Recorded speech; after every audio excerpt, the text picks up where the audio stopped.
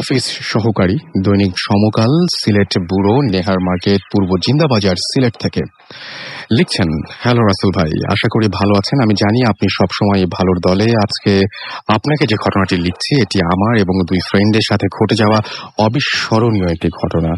আমি আপনার মাধ্যমে ভিডিও ফুর্তির সকল বন্ধুদের সাথে আমার এই ঘটনাটি শেয়ার করতে চাই। আমি সরাসরি আমার ঘটনায় চলে যাচ্ছি। সময়টা 2006 সালের প্রথম দিকে। আমার খুব ক্লোজ ফ্রেন্ড কায়েদ, সে সিলেটের সদর উপজেলায় কোনো একটি জায়গায় থাকে। সঙ্গত কারণে আমি তার বাসার ঠিকানা বলছি না। আমার ফ্রেন্ডের বোনের বিয়ে ঠিক হয়, সে আমাকে আমার আরো কিছু ফ্রেন্ডদের ইনভাইট করলো এবং আমরা যথারীতি যাব বলে সম্মত জানাই। তারিখটার কথা আমার ঠিক মনে নেই। সন্ধ্যা 7টার দিকে গায়ে হলুদের প্রোগ্রামের জন্য আমি ও আমার ফ্রেন্ড ফরহাদ ও আকাশ কায়েদের বাসায় যাওয়ার জন্য রওনা দেই। আমাদের বাসা থেকে কায়েদের বাসার দূরত্ব প্রায় 5-6 কিলোমিটার। সিএনজি অথবা অটো রিক্সা যোগে তার বাসায় যেতে হয়।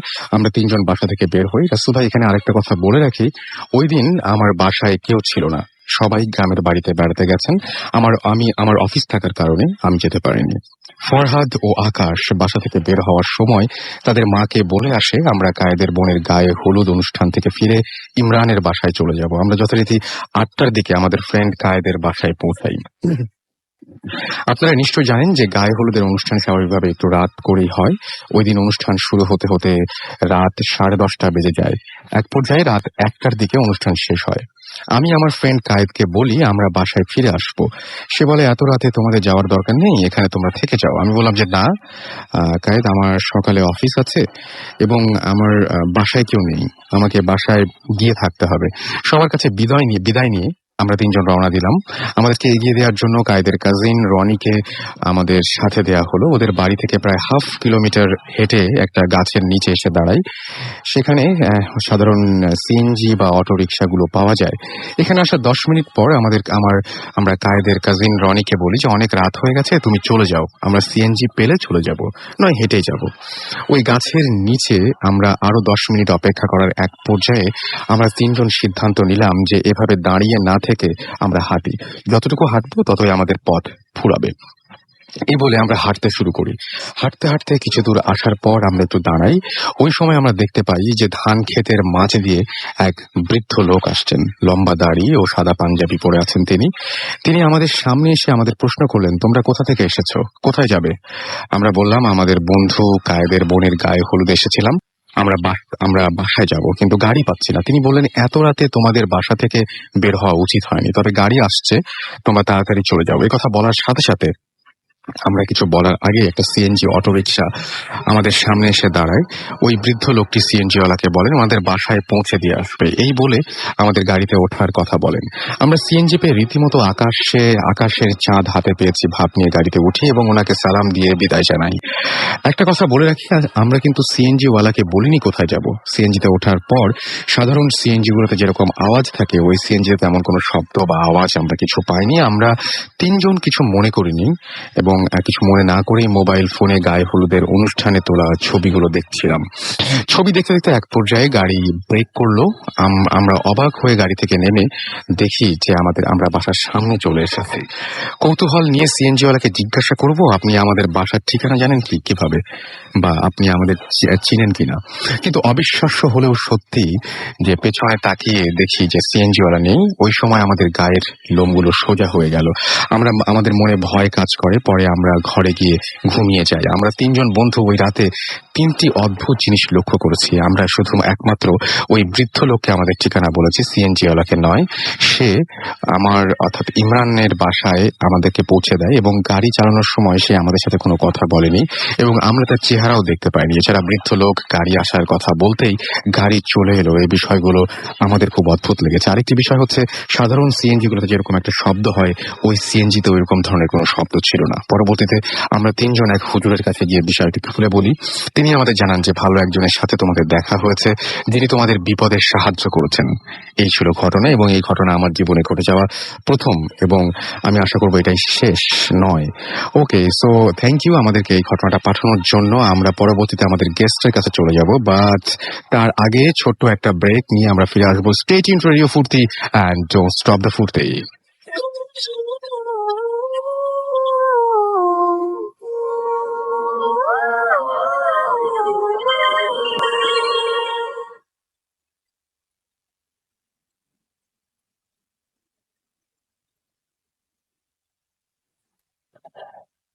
Haunted by Airtel.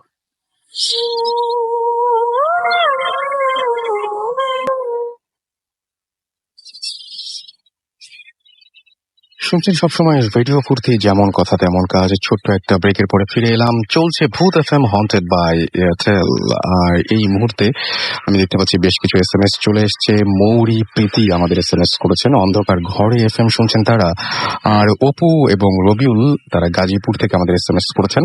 এছাড়াও তাইবুর আমাদের রাজশাহী থেকে SMS করেছেন এবং তিনিও একা একা রুমের ভেতরে আমাদের ভূত এফএম শুনছেন। শাহরিয়াজ আমাদের SMS করেছেন সাতক্ষীরা থেকে। আমাদেরকে ফাহিম ফকিরহাট থেকে SMS করেছেন। সালাউদ্দিন সুমন সাভার ক্যান্টনমেন্ট থেকে আমাদের SMS করেছেন। এছাড়াও মিল্টন নরসিংদী থেকে আমাদের SMS করেছেন। আমাদের SMS করেছেন MH Kanak Jessore polytechnic institute থেকে, এবং তিনি আমাদের সাথে নতুন জয়েন করেছেন। আশা করছি এখন থেকে পেয়ে যাবো আপনাকে। ওয়েলকাম টু ভূত এফএম, এবং এখন থেকে রেগুলার আপনি চলে আসবেন আশা করবো। সৈকত আমাদের SMS করেছেন আমাদেরকে রিমঝিম মিরপুর থেকে। এছাড়াও তিনি বলছেন সাকিব তুমি বাংলাদেশের গর্ব, সত্যিই তাই। আর বশির হাসান, সোহেল, আশিক, দেলোয়ার তারা আমাদের SMS করেছেন এবং ভূত এফএম অনেক প্রশংসা করেছেন আমাদেরকে। এছাড়াও SMS করেছেন অপটিমাস, ইমাম মিরপুর 11:30 থেকে আমাদের SMS করেছেন। পলি আমাদের SMS করেছেন অনিক ফ্রম লালবাগ।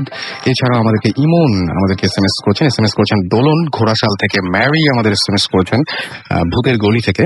লাইট অফ করে তিনি ফার্স্ট ভূত এফএম শুনছেন। আমি আশা করব যে আপনি অনেক এনজয় করবেন। সাবরিনা আমাদের SMS করেছেন। এছাড়াও আমাদেরকে মাস্তাইন SMS করেছেন আবিদ ময়মনসিং থেকে।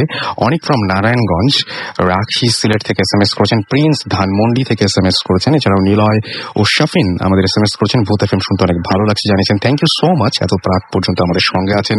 আসিফ মাহাদি আমাদের SMS করেছেন। সুমাইয়া SMS করেছেন। যারা SMS করেননি কিন্তু করতে চাচ্ছেন তাদেরকে বলবো যে সেলফোনের মেসেজ অপশনে গিয়ে টাইপ করুন SHOUT শাউট স্পেস আপনার নাম স্পেস আপনার মেসেজ, পাঠিয়ে দিন 9840 নাম্বারে। আমাদের একটা খুব স্পেশাল একজন গেস্ট আমাদের মাঝে আছেন। আমরা এখন সরাসরি তার কাছে যাব এবং তার নাম এবং পরিচয় আপনারা তার কাছ থেকে জানবেন। সো আমি আপনাকে রিকোয়েস্ট করবো আপনার নামটা বলার জন্য এবং আপনার পরিচয়টা দেওয়ার জন্য। আমার নাম আইনুল আবেদিন, আমি থাকি আমেরিকাতে। ওকে, সো আমরা তার মানে আজকে যে ঘটনাগুলো শুনছি সেগুলো আমেরিকাতেই ঘটেছে ঘটনাগুলো, রাইট? জি, ভূতের তো নির্দিষ্ট কোনো জায়গা নেই, তারা সব জায়গায় যায়, আমেরিকাতেও যায়, এখানেও থাকে। তো আমি আমেরিকা থেকে এসছি আমাদের বাংলাদেশে খেলা দেখার জন্য গতকাল। জি। তো আমার ভাইদের সঙ্গে আমরা ডিনার করছিলাম, আজিজুল আবেদিন, ফাইজুল আবেদিন, নিয়াজ পীর, বাজলে মুর্শেদ, আমরা সব একসঙ্গে ডিনার করছিলাম। তখন ওরা বললো আমাকে ভূতের FM এর কথা। তো এত পপুলার আপনাদের অনুষ্ঠান, এর জন্য আমি এখানে এসেছি আপনাদের সঙ্গে শেয়ার করার জন্য আমার experience. Thank you so much, you have come all the way. Okay, so আমরা চলে যাই সরাসরি ঘটনায়। ঘটনা 1996 এর দিকে আমি একটা স্টোন মাউন্টেন জর্জিয়াতে একটা বাড়িতে আমি যাই, মুভ ইন করি আমার ফ্যামিলি নিয়ে। ওখানে যাওয়ার পরে আমার বাচ্চারা যখন স্কুলে যায় তখন আমার ওয়াইফকে স্কুলের ফ্রেন্ডসদের ওদের বাপ মারা আমার ওয়াইফকে জিজ্ঞেস করে তোমরা কোন বাসায় উঠেছো। তখন আমার ওয়াইফ বলল যে ওই বাড়িতে আমরা, ওই সাদা বড় বাড়িতে আমরা উঠেছি। তখন ওরা বলল যে তোমরা কি ওই সেই ভূতের বাড়িতে, হন্টের বাড়িতে উঠেছো? তখন ওরা সবাই হাসলো, কিন্তু আমার ওয়াইফ আমাকে বাসায় এসে বললো যে ওরা সবাই কমেন্ট করেছে যে আমরা সেই ভূতের বাড়িতে উঠেছি নাকি, তো কি কারণে। তো জিজ্ঞাসাবাদ এদিক ওদিক করার পরে শুনলাম যে ওখানে কোনোদিন কেউ থাকেনি, আশেপাশে যত মানুষ 4-5 বছর ছিল ওখানে, তারা কখনো কোনো মানুষকে দেখেনি ওখানে, শুধু দেখেছে ইউ-হল, একটা ট্রাক মাঝে মাঝে আসে এবং একদিনের মতন থাকে এবং চলে যায়, কিন্তু কোনো মানুষই ওখানে থাকে না। যাই হোক, তো আমরা থাকলাম ওখানে। হঠাৎ রাত্রেবেলা ঘটনা এমন ঘটেছে যে আপনার সকালবেলা বা রাত্রেবেলা আপনার উপরতলার শাওয়ার অন হয়ে যায়, বাথরুমের লাইট অন হয়ে যায়, এরকম হয়। এবং আমি আমার ওয়াইফের সঙ্গে ডিসকাস করি এমন কেন হয়। আমার ওয়াইফ আমাকে সান্ত্বনা দেয় যে হয়তো কিছু একটা ইলেকট্রিক্যাল শর্ট সার্কিট আছে কিংবা কিছু। এমনও হয়েছে যে আমাদের ওটা সামনের দরজা খুলে যায় রাত্র 2টোর দিকে, হঠাৎ অন্ধকার রাত্র, হেভি দরজা, আপনার ডাবল ডোর, ওটা খুলে গেল, কিন্তু অ্যালার্ম বাজলো না, কিছুই হলো না। এমনও হয়েছে তখন আমার গা শিরশির করে ওঠে। আমার ওয়াইফকে জিজ্ঞেস করি কেন এমন হলো। তো এমন দিনের পর দিন এভাবে যায়। এমনও হয়েছে যে গ্যারাজের দরজা আপনার নিজে নিজেই খুলে যায়। কোনো করা হয় না, আপনার রিমোট কন্ট্রোল আমি করি না। রাত্রেবেলা হঠাৎ বাচ্চারা বাসায়, আমার ওয়াইফ বলে যে হয়তো বাচ্চারা করেছে, কিন্তু এমন হয় দিনের পর দিন এমন ঘটনা ঘটছে। আপনার 31st নাইটে আমরা যখন আমাদের মানে সাংঘাতিক ঘটনা, আমরা ভয় পেয়ে যাই যে আমরা সবাই বাইরে গেলাম, আমি আমার ওয়াইফ বাইরে, বাচ্চারা বাসায়, ওরা ঘুমাচ্ছিল। তো আমরা একটু বেশি রাত্রে করে বাসায় ফিরেছি। তখন যখন আমরা বাসায় ফিরি তখন বাইরে স্নো হচ্ছিল। সেই স্নোর ভিতরে আমার ওয়াইফ ড্রাইভ করছিল, বাসার গেটের দিকে যখন সে ড্রাইভ করে আসছে তখন হঠাৎ দেখে যে, আমি দেখি যে একটা লোক খালি পায়ে স্নোয়ের উপর দিয়ে হেঁটে হেঁটে হেঁটে এক স্পিড, কোনো নেই যে স্নো পড়ছে কিংবা কিছু, কোনো তাড়াহুড়ো নেই, হেঁটে হেঁটে আমার গেটের উল্টো দিকে চলে যাচ্ছে। আমার মনে হলো যে আমার বাসার থেকে চলে যাচ্ছে। তখন আমার ওয়াইফ সাথে সাথে গাড়িটা টার্ন করে ওই লোকটাকে ফলো করার জন্য চেষ্টা করলো। কিন্তু আমি এর মুহূর্তে আমি আমার ওয়াইফকে জিজ্ঞেস করিনি সে কিছু দেখেছি কিনা। আমি এখন তাকে জিজ্ঞেস করলাম যে সে গাড়িটা টার্ন করার পরে যে তুমি কি, আমি যা দেখেছি তুমি কি তাই দেখেছো নাকি? সে আমাকে বললো যে তুমি কি দেখেছো একটা লোক 6 feet টল, চেক শার্ট পরা, খালি পায়ে, শর্টস পরে স্নোর উপর দিয়ে হেঁটে যাচ্ছিল আমার বাসার উল্টো দিক থেকে। আমি বললাম যে হ্যাঁ আমি তো তাই দেখেছি, কিন্তু আমরা দুজন ওই লোকটাকে ফলো করার চেষ্টা করলাম, কিন্তু নিমিষের ভিতরে লোকটা আর কোথাও নাই হয়ে গেল। আচ্ছা, তারপরে আমি যত সূরা পারি আমার মনে মনে গা সব শিরশির করে উঠলো। তখন আমরা আল্লাহর নাম নিয়ে বাসার ভিতরে আসলাম, বাচ্চারা সব সেফ। কিন্তু সেদিন থেকে আমার ভয় ঢুকে গেল। প্রত্যেকদিন বাসার থেকে যখন বের হই, দোয়া দরুদ পড়ে বের হই। এরপরে আপনার যখন ওয়েদার চেঞ্জ হলো, আমি এক রাত্রেবেলা আমি বাইরে, আপনার সন্ধ্যার সময় আমি আমার ওয়াইফ বাচ্চারা বাইরে সব ক্লিন করছি, স্নোর হয়ে গেছে, সব পাতা টাতা সব ক্লিন করছি। হঠাৎ দেখি যে ভিতর থেকে আগুন চলে যাচ্ছে, আগুন জ্বলছে কিচেন থেকে। ওটা দেখে আমি দৌড়ে বাসায় ভিতরে আসলাম, আমার ওয়াইফ আসলো। তখন দেখলাম যে আমার স্টোভ অন ছিল। এখন আমি অন করে রেখেছি না এমনি অন হয়েছে, অথবা কেউ আমাকে ভুলিয়ে দিয়েছে, আমি তা জানি না। কিন্তু এমন হলো যে আপনার স্টোভের উপরে মাইক্রোওয়েভ ছিল, মাইক্রোওয়েভটা বার্স্ট হলো। মাইক্রোওয়েভের উপরে যে আপনার বোতল টোতল ছিল ওগুলো সব বার্স্ট হলো, তেলের বোতল। কিন্তু আগুন কোনোভাবেই কন্ট্রোলে আনতে পারলাম না। 911 এর ইতিমধ্যে ডাকা হলো, ওরা আসলো, বেশ কিছু ফায়ার ট্রাক আসলো 6-7টা, এসে সারা রাত ওরা করলো, নিভাতে চেষ্টা করলো, নিভালো, everything was under control. But আমাদের বাসা থেকে বের হয়ে যাওয়া লাগলো। তো এটা জানি না যে ওখানে অনেকেই বলে যে ওখানে কিছু একটা ছিল যারা আমাদের আর ওখানে ওয়েলকাম করছিল না, আমাদের বের হতে হলো। আচ্ছা, আমরা নিশ্চয়ই আরো ঘটনা আছে আপনার কাছে, তো আমরা সেই ঘটনা শোনার আগে আরেকটা ঘটনা শুনে আসবো। আমাদের আরো একজন গেস্ট রয়েছেন, তার আগে কিছু SMS পড়ে ফেলতে চাই। আমাদেরকে ডিজে ইমতি SMS করেছেন, এবং এছাড়াও সাগর SMS করেছেন, সাগর আকাশ খুলনা থেকে। আমাদের KM মামুন SMS করেছেন তন্ময় রাজশাহী থেকে, চিটাগং থেকে আমাদের SMS করেছেন, ওয়াসি আমাদের SMS করেছেন, সুমিত আমাদের SMS করেছেন নাইম, এছাড়াও শাম্মী গুলশান থেকে আমাদের SMS করেছেন, লাইট অফ করে তারা শুনছেন ফ্রেন্ডরা মিলে সবাই। আসলাম আমাদের SMS করেছেন, লাবণ্য আমাদের SMS করেছেন। চমৎকার একটা ঘটনা শুনলাম আমরা এতক্ষণ, এবং এরপরে আমরা আরো একটা ঘটনায় যাব, তারপরে আমরা আবারও ফিরে আসবো আমাদের প্রথম গেস্টের কাছে। সেই পর্যন্ত আপনারা আমাদের সঙ্গেই থাকবেন। আমরা শুরু করি শামীম ভাইয়ের একটা ঘটনা দিয়ে। শামীম ভাই এর আগেও এসেছিলেন, আজকে আবার তাকে রিকোয়েস্ট করে আমি আবার নিয়ে এসেছি নতুন একটা ঘটনা শোনানোর জন্য। হ্যালো লিসনার, আমি শামীম এসেছি মোহাম্মদপুর থেকে, জাপান গার্ডেন সিটি থেকে। তো থ্যাঙ্কস রাসেল ভাই। তো আমার ছোট মেয়ে ইয়ারা আজকেও শুনছে, আমার ওয়াইফ তাপসী শুনছে, থ্যাঙ্কস। তো ঘটনাটা ঘটেছিল আমার মায়ের সাথে, যেটা আমার আম্মা বা আমাদের ফ্যামিলির একটা বড় ধরনের ঘটনা, যেটা কখনো আমরা ওইভাবে শেয়ার করা হয়নি কারোর সাথে, বাট আমরা সবাই জানি ব্যাপারটা। তো এটা ঘটনাটা ঘটেছিল 1976-7 দিকে। তো আমরা বেশ ছোট। আচ্ছা। তো আব্বা সরকারি চাকরির সুবাদে আব্বা মোহনগঞ্জ নামে একটা জায়গায় ছিলেন, নেত্রকোনা ডিস্ট্রিক্টে। তো সেখানে উপজেলা কোয়ার্টারে স্পেস ছিল না বলে আমরা একটা ছোট অন্য একটা বাসায় আমরা ভাড়া থাকতে উঠতে হয়েছিল, যেহেতু বাসায় কোয়ার্টারের জায়গা ছিল না। তো আমি লিসেনারদেরকে বলবো একটু জাস্ট কল্পনা করার জন্য যে আমার বাসার পরিবেশটা কেমন একটু বোঝানোর জন্য। সেটা হচ্ছে যে একটা ছোট্ট রাস্তা ছিল, ছোট একটা বাসাটা হচ্ছে টিন শেডের বাসা ছিল। তো বাসাটা 3টা রুম ছিল ভেতরে, আর পেছনে একটা ছোট্ট খাল আর একটা ছোট জঙ্গলের মতো। তো আশেপাশে কোনো ঘর বাড়ি ছিল না। তো আমার আব্বার একবার ট্রেনিং পারপাসে যেতে হয়েছিল চিটাগাংয়ে, 5-6 দিনের ট্রেনিং এ। তো যখন ট্রেনিং এ যাবে তখন আমাদের ওই মোহনগঞ্জে একজন ভদ্র মহিলা ছিলেন, ওনার নাম হচ্ছে মনু, আমরা মনু খালা ডাকতাম, আমাদের দূর সম্পর্কে উনি খালা খাওয়া। তো আব্বা বলেছিল যে মনু আমি তো চলে যাচ্ছি 4-5 দিনের জন্য, তুই তোর ভাবির সাথে থাকিস, এই কয়েকটা দিন তুই থাকিস, তো তুই থাকলে ভালো হবে। তো যেদিন আব্বা চলে যায় ট্রেনিং এ, সেদিন মনু খালা সকালবেলা এসেছিলেন বাসায়, সারাদিন আমাদের সাথে থেকে দুপুরে খেয়ে দিয়ে, তো দুপুর বিকেল দিকে বললো ভাবি আমি একটু যাই, বাসায় যাচ্ছি, বাসায় গিয়ে গুজগাছ করে আমি রাতের বেলা চলে আসবো, কোনো সমস্যা না, আপনি টেনশন করেন না, চলে আসবো, আমি ঠিক সময় চলে আসবো। তো সময়টা ছিল বর্ষার মাঝামাঝি সময়, সারাদিন একটু মানে বৃষ্টি হচ্ছিল, এবং সন্ধ্যা থেকে বেশ ভালো একটা ভারী বৃষ্টি হয়ে গেছে। তো যেটা হয়েছিল যে 8টা-9টা বাজে, তখন বৃষ্টি একটু কম, বাট বাইরে মানে মানে বিদ্যুৎ চমকাচ্ছিল প্রচুর, এবং একটু শো বাতাস বইছিল। তো যেটা হয়েছে আমার আম্মা, আমরা ছোট ছিলাম, আমার বয়স ছিল বোধহয় 4 বছর, আমার বোনের বয়স ছিল 7 বছরের মতো।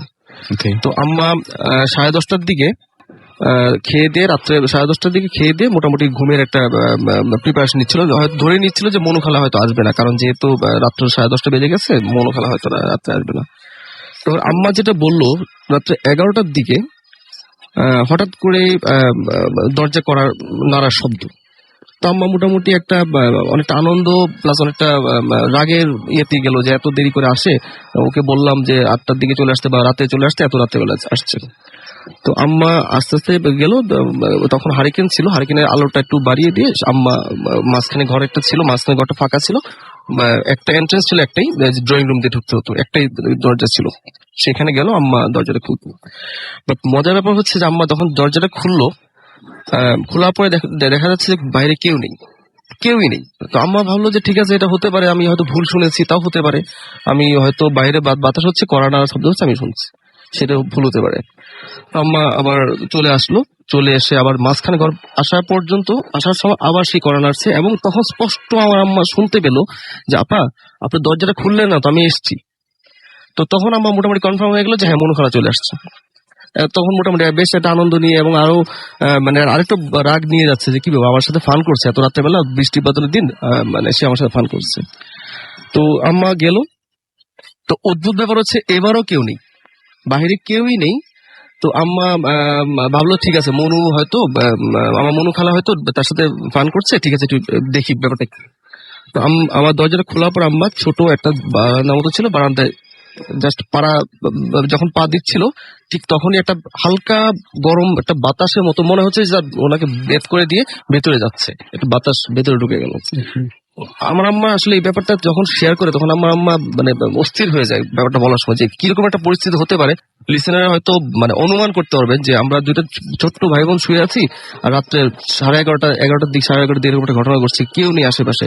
আর আমাদের আশেপাশে খুব একটা ওরকম ঘরবাড়িও ছিল না, যে মানে লোকালয় কম ছিল, যে কথা হচ্ছে লোকালয় কম ছিল। তো আম্মা মোটামুটি খুব মানে শক্ত হয়ে গেল যে কি ঘটনাটা কি, আমি কি দেখলাম। আমি ঠিক আছে করোনারা শুনলাম, সেটা হয়তো ভুল হতে পারে, বাট আমি যে স্পষ্ট শুনলাম, মনু বললো যে আপা দরজাটা খুলেন, আমি তো এসছি। তো আম্মা খুব কষ্ট করে আবার দরজা লাগিয়ে দিয়ে খুব ভয় পেয়ে মাঝখান ঘর পর্যন্ত আসলো। মোটামুটি তখনও ভয় কাজ করি উনি ঘরের দিকে আসছে, যেহেতু উনি ভাবলো যে না, উনি ডোর খুলবেন না। তো রাসেল ঘটনাটা এখানে শেষ হয়ে যেতে পারতো, কিন্তু এরপরে যে ঘটনাটা ঘটলো, সেই ঘটনাটার জন্য আমার আম্মা খুব সাফার করেছে। ইভেন এটাই হচ্ছে সবচেয়ে মানে ভয়ঙ্কর ব্যাপার। আমার আম্মা যখন আমাদের বেডে গেল, আমরা যে বেডে শুয়েছিলাম, আমার আম্মা, আমি, আমার বড় বোন আর কি শুয়েছিলাম, ঠিক আম্মা গিয়ে দেখে আমার দুই ভাই বোন শুয়ে আছি, এবং একটা বুড়ো টাইপের মহিলা আমরা দুই ভাই বোনের দিকে তাকিয়ে আছে, ঠিক উবু হয়ে বসে আমার দুই ভাই বোনের দিকে তাকিয়ে আছে। আম্মা তার দিকে তাকাতে আমার আম্মার দিকে সে বড় বড় চোখ দিয়ে তাকালো। তো এরপর আমার আম্মার সেন্স ছিল না, সাথে সাথে ইনস্ট্যান্ট সে পড়ে গেছে। পরের দিন 10:30-11টার দিকে যখন সেন্স এসছে, তখন মনু খালা ছিল, আশেপাশে দু একজন ভদ্র মহিলা ছিল, ওনারা এসছিলেন। তো ব্যাপারটা শেয়ার করলো তাদের সাথে, এরকম একটা ঘটনা ঘটেছিল। তো মনুখালা বললো যে আম্মা বললো যে আমি এই দৃশ্য দেখার পর আমি এখান থেকে পড়ে গেছি, এরপর আমি কিছু বলতে পারি না। বলবে যে ভাবি তোমাকে তো আমি এখানে পাইনি, তোমাকে পেয়েছিলাম আমি বিছানায়, তুমি তো এখানে ছিল। আমি এখানে ছিলাম না, আমি বিছানায় ছিলাম না, আমি এখানে পড়ে গেছি। এবং সবচেয়ে মজার ব্যাপার হচ্ছে যে আমরা পরে বাসাটা চেঞ্জ করতে বাধ্য হয়েছি, আমার আব্বা চেঞ্জ করে ফেলেছে, যেভাবে অন্য একটা বাসায় উঠেছিলাম। তো আব্বা ব্যাপারটা আসলে কারোর সাথে শেয়ার করেনি যে বাসাটা 100% হন্টেড, এই বাসায় কেউ থাকে না, নর্মালি কেউ থাকে না। ইভেন 7টা-8টার সময় যখনই কেউ এদিক দিয়ে যায়, হয়তো ভেতরে কান্নার আওয়াজ পায়, হয়তো আলোর ঝলকানি দেখে বা কিছু একটা দেখে, বাট এই বাসায় কেউ থাকে না। তো এরকম একটা সিচুয়েশন আমার আম্মা শেয়ার করতে যাচ্ছিল, বাট ওনার পক্ষে আসা সম্ভব হয়নি। বাট এই যে আমার আম্মা জীবনে অনেক বড় একটা ঘটনা এটা ছিল। Okay, thank you so much Shamim. আমরা আবারও আপনার কাছে আসবো। এর মধ্যে আমি দেখতে পাচ্ছি যে বেশ কিছু SMS চলে এসছে আমাদেরকে। মামদভূত যশোর থেকে SMS করেছেন, ফ্রেন্ডরা মিলে তারা ভূত FM শুনছেন। ডিজে নীরব আমাদের SMS করেছেন মিরপুর থেকে, এবং তিনি বলছেন যে আজকের গল্পগুলো অনেক ভালো। আমি বলবো যে এখানে একটা কারেকশন আছে, এটা গল্প না, এগুলো সব ঘটনা। আমরা যেগুলো শুনছি সেগুলো কিন্তু প্রত্যেকটাই ঘটনা। আমাদেরকে লিখেছেন প্রান্ত ব্রাহ্মণবাড়িয়া থেকে, এবং তিনি বলেছেন যে হাউ আর ইউ, আমি সবসময় ভালো এবং সবসময় ভালোর তলে। এবং তারা সব বন্ধুরা মিলে মজা করে ভূত FM শুনছেন। আমাদেরকে অনন্য SMS করেছেন ফ্রম গাজীপুর, এবং তিনি বলছেন যে ভূত FM অনেক ভালো হচ্ছে। এবং আমাকে SMS করেছেন মৃদুলা, তারপরে শাহিল, নিপা, তারা সবাই ভূত FM শুনছেন। এছাড়াও ভূত FM যারা SMS করেছেন তারা হচ্ছেন জেনি, রুমি, তারপরে অরোমা, অমরা, নূপুর আমাদের SMS করেছেন। ফাইজ সিলেট থেকে SMS করেছেন কিং, তিনি তার ছোট ভাই মন্টি প্রথম ভূত FM শুনছেন। ওয়েলকাম টু ভূত FM, আশা করছি এখন থেকে রেগুলার আপনাদের পেয়ে যাবো। অনেক আমাদেরকে SMS করেছেন আজিমপুর থেকে, সেটাও গ্লোরি ফ্রম সিলেট। রনি চিটাগং থেকে SMS করেছেন আমাদেরকে, এছাড়াও আমাদেরকে ময়মনসিং থেকে মিম, এছাড়াও আরো অনেকেই যারা SMS পাঠাতে চান তারা বলবো যে এয়ারটেল নাম্বার থেকে বা অন্য যে কোনো নাম্বার থেকে টাইপ করুন SHOUT শাউট স্পেস আপনার নাম স্পেস আপনার মেসেজ পাঠিয়ে দিন 9840 নাম্বারে। আমরা চলে যাব আবারও আমাদের প্রথম গেস্ট যিনি ছিলেন মিস্টার আইনুল আবিদিন তার কাছে, এবং তার আরো কিছু ঘটনা আছে। আমি রিকোয়েস্ট করছি যে নেক্সট ঘটনাগুলো শোনাতে আমাদেরকে। সো এখন আবারও আমরা যাচ্ছি আইনুল আবিদিনের কাছে। আইনুল আবিদিন, অনেক ধন্যবাদ আমাকে আবার চান্স দেওয়ার জন্য। আমার জীবনে অনেক ঘটনাই ঘটেছে। আমরা যখন ছোটবেলায় আমরা বেলি রোডে থাকতাম তখনও এমন ঘটনা ঘটেছে যে আব্বা খুব রিলিজিয়াস সবসময়। আব্বা বাথরুম থেকে নামাজ পড়ার জন্য, তাহাজ্জুদের নামাজ পড়ার জন্য আব্বা বাথরুম থেকে এক সময় আসেন, বের হয়ে আসেন অনেক রাত্রে, ভোর রাত্রে, অবভিয়াসলি তাহাজ্জুদের নামাজ। তখন আম্মা আমাদের রুমে ছিলেন। আম্মা দেখে যে আব্বা আসছে বাথরুম থেকে নামাজের রুমের দিকে যাচ্ছেন। তখন আম্মা সোজা আমাদের বেডরুমে গেলেন, গিয়ে দেখেন যে আব্বা ওই বেডরুমে আব্বা শুয়ে আছেন। তখন আমার অত্যন্ত ভয় পেয়ে আম্মা ডেফিনেটলি যে নামাজ পড়ছেন তার ওখানে যাচ্ছেন। আম্মা দৌড়ে ওই নামাজের রুমে গিয়ে দেখে যে না, আব্বা ওখানে নেই। তখন আম্মা বুঝলেন যে না, যে বেডরুমে যে সেই আসল মানুষ। তখন আম্মা ওখানে চলে গেলেন। তো এরকম ঘটনা ঘটেছে। আমার যে স্টোন মাউন্টেনের যে ঘটনা আমি একটু আগে বললাম, সেখানে আমার এখনো যখন আমার মনে পড়ে আমার খুবই ভয় লাগে, এবং আমার শরীর শিহরিয়ে ওঠে যখন চিন্তা করি যে আমার বাচ্চাদের কিছুই হয়নি। এটা আমরা ভূত বিশ্বাস করি, এবং ভূতের যে কোনো লিমিট নেই সেটাও আমরা জানি, এবং ভালো ভূত, খারাপ ভূত, সব রকমের ভূত আছে। এবং ডেফিনেটলি ভূতের ওই জায়গাটা দরকার ছিল, এই কারণে আমাদের ভালোভাবেই ওখান থেকে বিদায় দিয়েছেন। এবং আমার ওই সম্বন্ধে আর কোনো রিগ্রেটস নেই।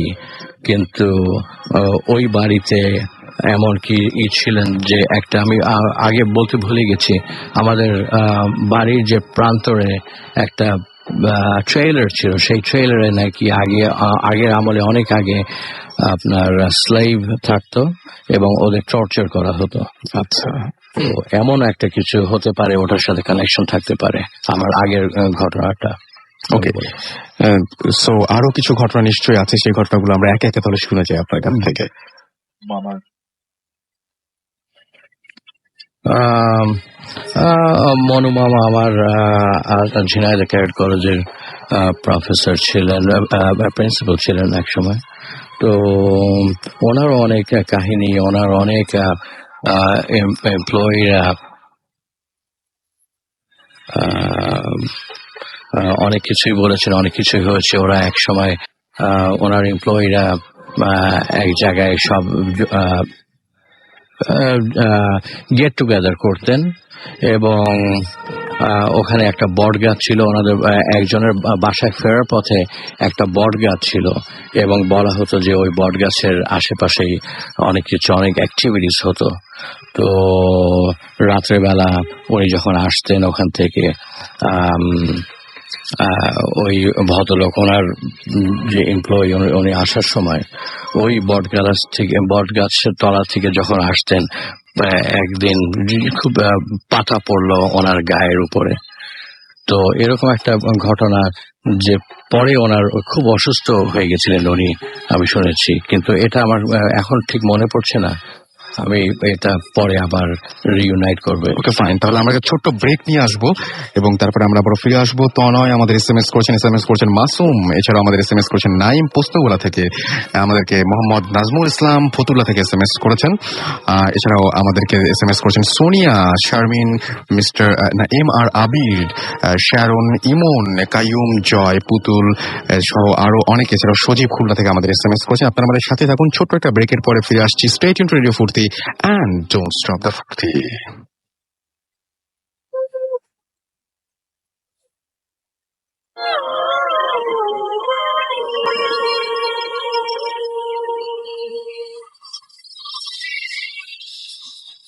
Hot FM. Haunted by Airtel.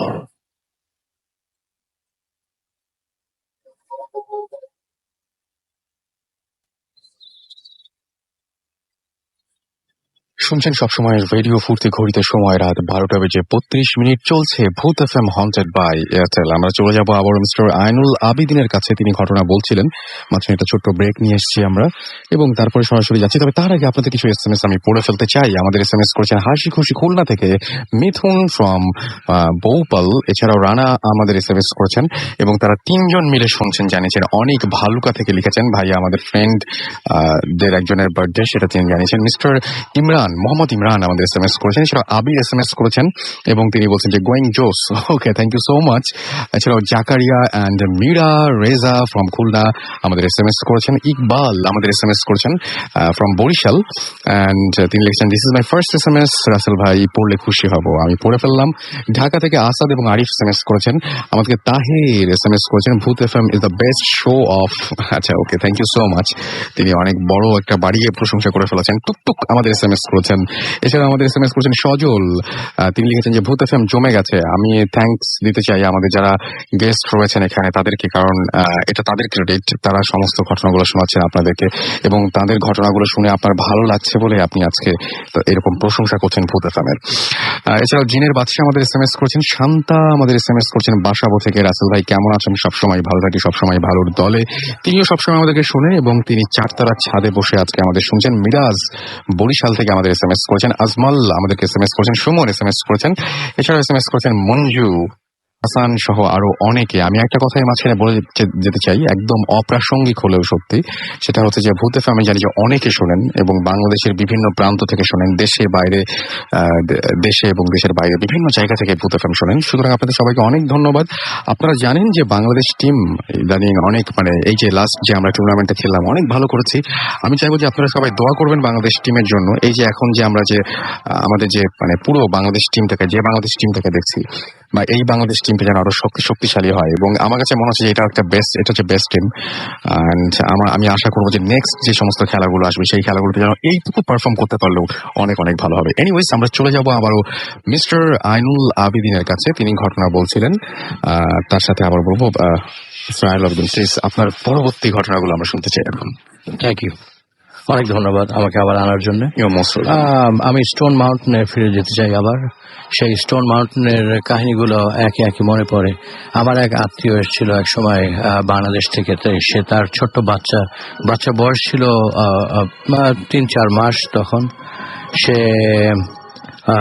বিছানায় শুয়েছিল, আর বাচ্চার বাবা আর মা, আমার কাজিন, এরা অন্য কিছু করছিল। হঠাৎ বাচ্চা কান্না শব্দ শুনে তারা যখন টার্ন অ্যারাউন্ড, যখন দেখলো যে বাচ্চার বিছানায় নেই, বাচ্চাটা ফ্লোরের উপরে পড়ে আছে। তো সেটাও খুব আতঙ্কিত ব্যাপার, কিন্তু সেই কাজিন আমাকে কোনোদিন ওই কথাটা বলেনি। ওই সময় যখন আমার বাড়িটা পুড়ে গেল, আগুন ধরলো, তারপরে অনেক পরে আমার সঙ্গে একবার কথা হলো। তখন সে বলল যে জানো, আমি ওর বাসা থেকে চলে গেছিলাম, তোমাদের বাসায় আমি বেশি দিন থাকিনি, এক কারণে যে আমার ওই বাসা সম্বন্ধে আমার সবসময় একটা সন্দেহ ছিল, এবং তোমার বাসায় যখন আগুন ধরলো তারপরে আমরা 2-2 4 আমরা মিলালাম যে এটা কিছু একটা দুর্ঘটনা বাড়ি ছিলই। তো তাদের কাছ থেকে অনেক পরে শুনলাম যে তাদেরও একটা ঘটনা ঘটেছিল সেই স্টোন মাউন্টেনের বাড়িতে। তো তাই। এরপরে আমরা আরো কিছু কি শুনবো সেখানকার ঘটনা? মনে পড়ছে কি আরো কিছু? মনে পড়ছে আমার কিছু কিছু, হয়তো আমি থাকবো। ওকে, তাহলে আমরা মাঝখানে আবারও শুনে আসি। শামীম ভাই আছেন আমাদের কাছে এবং তার কাছ থেকে নেক্সট কিছু ঘটনায় আমরা চলে যাই। Hello Lisa, Shamim, Mohammadpur Japan gardens থেকে। আমি এখন যে ঘটনাটা শেয়ার করতে যাচ্ছি সেটা আমি আসলে শুনেছি একটা সিকিউরিটি গার্ডের কাছ থেকে। তো আমি আগে যখন এপিসোডে এসেছিলাম, তো সে স্টোরিগুলো শুনেছিল, তো সেই আমাকে বললো যে স্যার একটা ভালো আমার জানা মতো ঘটনা আছে, আপনি যদি পারেন হয়তো শেয়ার করতে পারেন। তো এটা অফিসের ঘটনা। আমি অফিসের নামও বলতে যাচ্ছি না, একদমই দরকার নাই সেটা। হ্যাঁ, সিকিউরিটি কোম্পানির নামও বলতে যাচ্ছি না। একটা স্বনামধন্য সিকিউরিটি কোম্পানির কর্মীরা আমাদের 24 আওয়ার্স এর ডিউটি করেন। তো এখানে আমি আসলে জিনিসটা আগে খেয়াল করিনি, আমাদের এখানে সিকিউরিটি গার্ড প্রায় 7 থেকে 8 জন চেঞ্জ হয়েছে। তো চেঞ্জ হয়েছে, হ্যাঁ, এটা রোস্টার ডিউটি তাদের চেঞ্জ হতে পারে, এটা আমরা ধরে নিয়েছি যে হতে পারে এরকম হয়েছে। বাট যে ছেলেটা আমাকে বলেছে, ওর নাম হচ্ছে জীবন সাংমা, ওর খ্রিস্টান ছেলে। সে বলল স্যার এখানে তো চেঞ্জ হচ্ছে, একটা কারণ আছে, আপনি কি জানেন না? না, আমি তো কিছু জানি না। স্যার এই বাড়িতে প্রবলেম আছে। কিছু কি প্রবলেম আছে? সে বললো যে স্যার এই বাড়িতে, আমি লিসাকে বলে যাচ্ছি, আমাদের যে অফিসের যে বিল্ডিংটা সেটা 3 তলার একটা বিল্ডিং। তো এটা বেশ পুরনো, উত্তরার দিকে, ফার্স্টের দিকে, উত্তর আমি সেক্টরও বলবো না, ইভেন আমি জানতে বলতে যাচ্ছি না, এটা অনেক পুরনো একটা বাড়ি। ইভেন স্ট্রাকচার গুলিও সেই পুরনো আমলেরই আছে। ওকে, তো এইখানে একটা ঘটনা ঘটেছিল, যেটা আমি পরে হয়তো বলবো ঘটনাটা কি ঘটেছিল, কেন হচ্ছিল। তো সিকিউরিটি গার্ড যেটা বললো যে তার প্রথম 2-3 বার যখন যে সিকিউরিটি গার্ড গুলো ছিল, তো ওরা প্রায়ই শুনতো যে ছাদের উপরে 2-3 জন মেয়ের আওয়াজ, হাসাহাসি বা অনেক সময় কান্নার আওয়াজ, প্রতিদিন রাতে বেলা যেটা হয়, প্রতিদিনই হতো। তো ফার্স্টে এটা 2-1 জন গার্ড ওরা মানে খেয়াল করেছে, খেয়াল করার পর এটা মানে নোটিস করেনি, বাট ওরা ওরা ডিউটি চেঞ্জ করে ফেলেছে, এখান থেকে যায়নি। তো আমার যে সিকিউরিটি যার কথা বলছিলাম, সে যেটা বললো আমাকে, সে বললো যে একবার এরকম হয়েছিল, তার 2 জন সিকিউরিটি গার্ড ছিল, তারা বলছিল যে হ্যাঁ ঠিক আছে, আজকে দেখবো ঘটনাটা কি, কারণ প্রতিদিনই শুনি এটা এরকম হয়, উপরে মানে লাফালাফি শব্দ বা এরকম আওয়াজ শব্দ, ইভেন অনেক সময় কান্নার আওয়াজ পাওয়া যেত আর কি উপর থেকে। তো যদিও উপরে 2টা অফিস আছে, বাট এখানে উপরে রাতে কেউ থাকতো না, জাস্ট সব সাইলেন্ট থাকতো। তো রাতেবেলা একবার গিয়ে দেখে যে আমাদের দোতলা ওঠার সময় একটা লুকিং মিরর ছিল, বড় টাইপের মিরর ছিল। তো সে যখন উঠছে 2 জন মিলে, তো মিররে দেখা যাচ্ছে যে ওপরের যে মিরর সিঁড়িগুলি ছিল সেখানে 2টা মেয়ে বসা আছে। তো 2 জন মেয়ে বসা, তো তারা ধরে নিয়েছে যে ঠিক আছে, যখন টার্ন নিবো তখন মেয়েগুলোকে আমি পাবো। আশ্চর্য ব্যাপার হচ্ছে যে টার্ন নিল, 2টা মেয়ে কিছুই নেই, ওইখানে কিছুই ছিল না। তো এরপরে পরবর্তী সিরিজ যখন স্টেপ আবার টার্ন নিবে, সেখানেও একটা মিরর ছিল, সেখানেও দেখলো 2টো মেয়ে বসা, উপরে বসা মেয়ে। তো তখনও আশ্চর্য ব্যাপার, উপরেও তখনও কেউ ছিল না। তো তারা খুব সাহস করে, কোন রকম সাহস করে, তারা এটা চোখের ভুল বা কিছু একটা তারা ধরে নিচ্ছিল কিছু একটা হচ্ছে, কারণ তারা যেহেতু শুনতে পাচ্ছে বা বুঝতে পারছে, এবং আগেও কিছু প্রিভিয়াস স্টোরি ওরা শুনেছে সিকিউরিটি গার্ডের কাছ থেকে। তো তারা সাহস করে ছাদ পর্যন্ত ওঠার পরে দেখলো যে ছাদের একটা কোনায় 2টো মেয়ে দাঁড়ানো। তো মেয়েগুলি দাঁড়ানোর পর মেয়েগুলো তাদের দিকে তাকিয়ে আছে। তো মেয়েগুলি দাঁড়ানো, তো এই সিকিউরিটি গার্ডগুলি মোটামুটি যাবে কি যাবে না, সামনে যাবে কি যাবে না, এই ধরনের একটা দ্বিধাদ্বন্দ্বের মধ্যে ছিল। বাট কিছুক্ষণ মধ্যে দেখা গেল মেয়েগুলি ভ্যানিশ হয়ে যায়, মেয়েগুলি ছিল না। মেয়েগুলি অদ্ভুত টাইপের মেয়ে, দুইটা মেয়ে ছিল না। তো এটা একটা পুরনো একটা ইতিহাস আছে, আমি যতদূর জানা মতে আমি শুনেছি, এটা সিকিউরিটি গার্ডই এটা উদ্ঘাটন করেছে। সেটা হচ্ছে যে এই বাড়িতে দুই বোন সম্ভবত, এটা যে শোনার কথা, সম্ভবত সুইসাইড করেছিল একসময়, অনেক আগে সুইসাইড করেছিল কোনো এক কারণে। তো ওই দুই বোন কে প্রায় তারা দেখতো, অনেকেই হয়তো আশেপাশে অনেকেই নাকি দেখতেছে যে এই দুই বোন ছাদে না ছাদে হাঁটাহাঁটি করতো একসাথে, ইভেন সিঁড়িতে আসতো, কান্নাকাটি করতো, বা এটা প্রায়। তো আমি চাই না রাসেল ভাই, আমি চাই না এই ব্যাপারটা আমার জীবনে ঘটুক, বা আমি এখনো চাচ্ছি না যে এই জিনিস আমার চোখের সামনে আসুক। বাট সিকিউরিটি গার্ডদের চেঞ্জ হওয়ার কারণ হচ্ছে এটা, ওরা শেয়ার করেনি কারণ। ওকে, আচ্ছা, আমাদের সঙ্গে আরো একজন গেস্ট রয়েছেন, তিনি হচ্ছেন আজিজুল আবেদিন। আমরা আজকে দুই ভাই তাদেরকে একসঙ্গে পেয়েছি এবং আমাদের তিনিও আমাদের কাছে একটা ঘটনা শোনাতে চান। আমরা তার কাছে শুনতে চাই যে আপনার এই সূত্র ধরে একটা ঘটনা বলতে চাচ্ছিলেন আপনি, রাইট? যে আমি আসলে আজকে আমরা আজিজুল আবেদিনের গান শুনি, কিন্তু তাকে কোনোদিন এরকম ভাবে ঘটনা, এরকম ধরনের ঘটনা বলতে শুনিনি, আজকে শুনছি। So please. ধন্যবাদ। আসলে আমি আজকে এসেছিলাম আমার ভাইয়ের সাথে, তার কিছু ঘটনা আমি শুনেছি এবং আমার মনে হয়েছে যে এটা সবার শোনার মতো। তো এখানে শামীম ভাই আছেন, উনি ওনার অভিজ্ঞতা বলেছেন। তো আমাদের জীবনে বিভিন্ন সময় এই ধরনের ঘটনাগুলি ঘটে এবং ঘটেছে। তা আমিও একই সূত্র মতে আমি আমার জীবনে ঘটে যাওয়া ছোট্ট একটা গল্প বলবো। আমি তখন লিভারপুলে পড়াশোনা করছি। আমি থাকতাম ব্রমলি অ্যাভিনিউ নামের একটা জায়গায়, ওকে, যেটা পাশেই ছিল সেফটন পার্ক। সেফটন পার্কটা ছিল শুনশান বিশাল এক মাঠ। দিনের বেলা এটা সামারে ছেলে মেয়েরা সবাই খেলাধুলা করে, রাতের বেলা অন্ধকার ঘটঘটে। আমি যে এলাকাটা থাকতাম সেই এলাকাটা দ্বিতীয় বিশ্বযুদ্ধেরও আগে বাসাগুলি তৈরি হয়েছিল। এই বাসাগুলিকে বলে টেরেস হাউস। এখানে বংশ পরম্পর মানুষজন থাকে, বা এখানে থাকে, বৃদ্ধ হয়ে যায়, এক সময় মানুষ মারা যায়। এরকম একটা বাসার কাছে আমি আমরা তখন স্টুডেন্ট লাইফে অনেক আমরা আনন্দ করতাম, ছোটাছুটি করতাম, ঘোরাঘুরি করতাম, বন্ধু বান্ধবের সাথে হইচই করতাম। তো এক রাতে আমাদের বাসায় আমরা পার্টি থ্রো করি এবং সেই পার্টি শেষ হতে হতে অনেক রাত হয়ে যায়।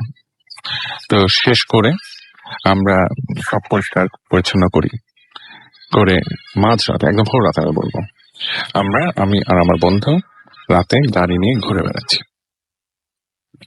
সেফটন পার্কের একটা জায়গা আছে যেখানে এক সময় ওভার স্পিডিং এর কারণে একটা মেয়ে মারা গিয়েছিল এবং সেখানে গাছের পাশে একটা মালা দেয়া থাকে।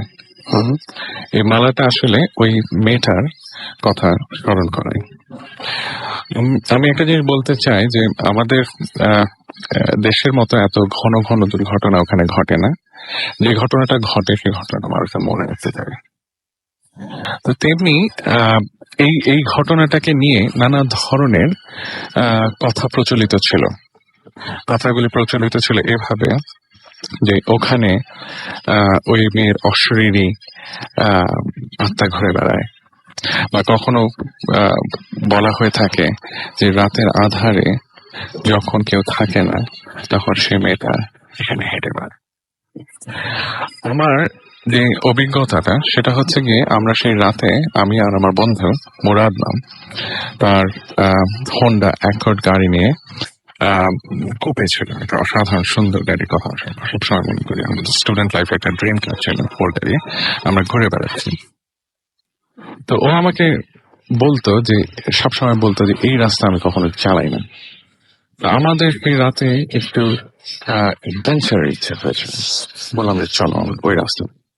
সেফটন পার্ক আমি আগে বলেছিলাম একটা দীর্ঘ মাঠ এবং একদিকে হচ্ছে গিয়ে সেই 1800 শতাব্দীর সেই লালচে বাসার টেরেস হাউস, যেখানে বংশ পরম্পরা ধরে বিভিন্ন মানুষ থেকে এসছে, বৃদ্ধ লোকরা থাকে, আর অন্য পাশে গাছ, মাঠ, ঘাস আর ধুধু।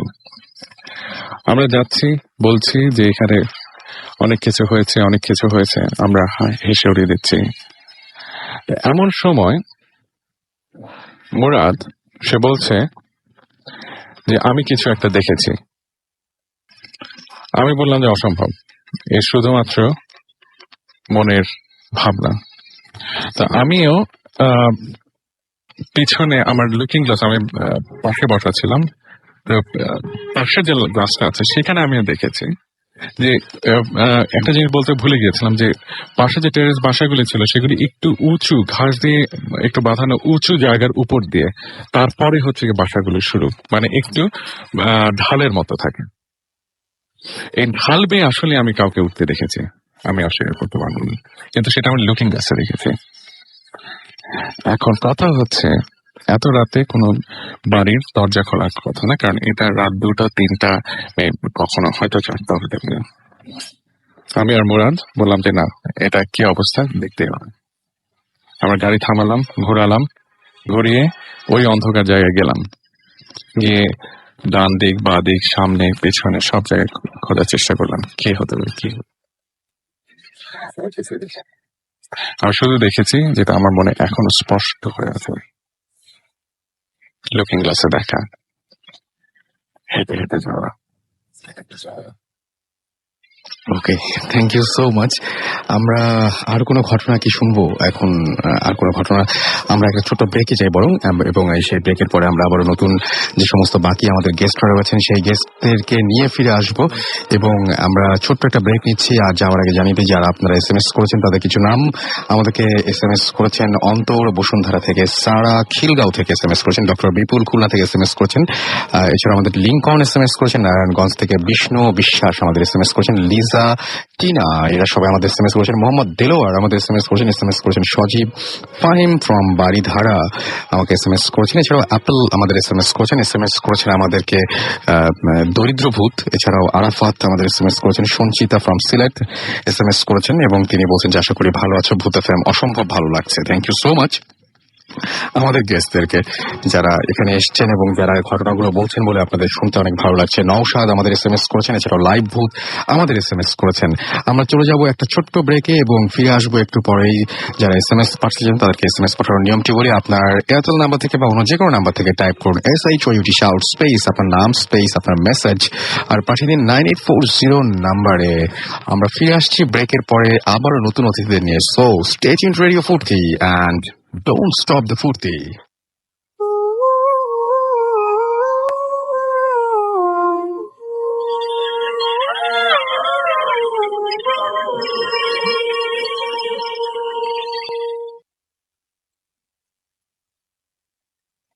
FM haunted by Airtel.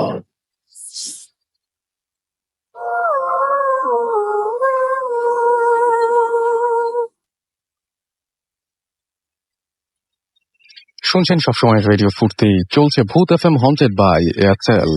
আর আপনারা যারা আমাদের SMS পাঠাতে চান তারা SMS করতে পারেন, লিখে ফেলুন আপনার মোবাইলের মেসেজ অপশনে গিয়ে SHOUT শাউট স্পেস আপনার নাম স্পেস আপনার মেসেজ পাঠিয়ে দিন 9840 নাম্বারে। এয়ারটেল নাম্বার থেকে বা অন্য যে কোনো নাম্বার থেকে অতৃপ্ত আত্মা আমাদের SMS করেছেন, লিখেছেন ছাদে বসে ভূত FM শুনছেন, আজকের ঘটনাগুলো সত্যি ভয়ঙ্কর। Thank you. আমাদের গেস্টরা ভালো হলে, বা যারা মানে ভালো হলে মিনস যে তাদের ঘটনাগুলো ভালো হলে তারা সবাই এনজয় করেন, এবং এটা আপনাদের উপরে ডিপেন্ড করে আসলে ঘটনাগুলো কেমন হবে বা কোন ধরনের ঘটনাগুলো আপনারা প্রেজেন্ট করবেন, এটা পুরোপুরি আপনাদের উপরে ডিপেন্ড করে। সো আমি চাই যে আপনারা ভালো ভালো ঘটনা পাঠান। এই সপ্তাহে তো অনেকেই আসতে রাজি হননি, ঢাকাতে বসে অনেকে বলছেন যে না আমার ঘটনাটা শুনিয়ে দিন। আমি আশা করবো যে নেক্সট উইকে আমি বেশ ভয়াবহ কিছু ঘটনা আমরা পেয়ে যাব, এবং আশা করবো সেটাই। কনক চন্দ্র আমাদের লিখেছেন উত্তরা থেকে, কাল এক্সাম, তারপরে ভূত FM শুনছি, পরীক্ষা খারাপ হলে কর্তৃপক্ষ একেবারে দায়ী নয়। এখন আমাকে এছাড়াও অঙ্কন, রাফসান, এশা, নারিন্দা থেকে আমাদের SMS করেছেন। এছাড়া SMS করেছেন হাবু মিরপুর 1 থেকে, সুস্মিতা আমাদের SMS করেছেন আমাদের নাজমুল, এছাড়া আমাদের গ্লোরি ফ্রম সিলেট থেকে SMS করেছেন আমাদেরকে, SMS করেছেন ইমরান, SMS করেছেন আমাদেরকে জাদুকর, আমাদেরকে SMS করেছেন, এছাড়াও ইমন ফ্রম ময়মনসিং, এছাড়াও হিমেল আমাদের SMS করেছেন রানা, এছাড়াও মিম আমাদের SMS করেছেন জুজুর স্টোরিটা তিনি রিপিট করতে বলেছেন। আমরা এটা রিপিট করার প্ল্যান করেছি একটা, অ্যান্ড ভেরি সুন আপনাদের এই আশাটা পূরণ হবে আশা করছি। মুন্না আমাদের SMS করেছেন সৌদি আরবে তিনি থাকেন এবং তিনি বাংলাদেশে এই মুহূর্তে আছেন সম্ভবত, তাই জন্য আমাদের SMS করতে পেরেছেন এবং তিনি বলছেন যে দিস ইজ অসম, বাট তিনি বলছেন যে তারপরে ঘটনাটা, আচ্ছা তিনি বলছেন যে আচ্ছা যদি এটা ইন্টারন্যাশনালি যদি এটাকে যদি ব্রডকাস্ট করা যেত তাহলে অনেক বেশি ভালো হতো, সেটা বলছেন। সেটা আমরা চেষ্টা করবো, আমাদের কর্তৃপক্ষকে আমরা জানিয়ে দিলাম, দেখা যাক কি হয়। শেওড়া আমাদের SMS করেছেন, এছাড়াও শেওড়া ভূত আমাদের SMS করেছেন, এছাড়াও নাসির মোল্লা আমাদের SMS করেছেন। আমরা চলে যাবো ঘটনায়, আমাদের সঙ্গে রয়েছেন একজন গেস্ট, তার কাছে শুনবো যে তার জীবনের ঘটনাগুলো। তার নামটা শুরুতে একটু বলবেন please. Hello listeners, I am Mehedi Hasan Rasel, study from IIUC। Mainly এখানে আসার জন্য আমাকে ইন্সপায়ার করে নিপা আপু, পপি, পিতম সবাইকে চিনি। প্লিজ মানে আমি সরাসরি ঘটনাতে চলে যাচ্ছি। ঘটনা হচ্ছে লাস্ট ইয়ারের, তখন কোনো এক কারণে আমাদের বাসাটা চেঞ্জ করা হয়। তো নতুন বাসা ওঠার পর ফার্স্ট উইকের পর আমার ফ্যামিলি সবাই ডিসিশন নেয় যে তারা দেশের বাড়িতে বেড়াতে যাবে। তো বেড়াতে যাওয়া, আমার তখন ভার্সিটিতে ক্লাস টেস্ট ছিল, এজন্য আমার আর যাওয়া হয় না।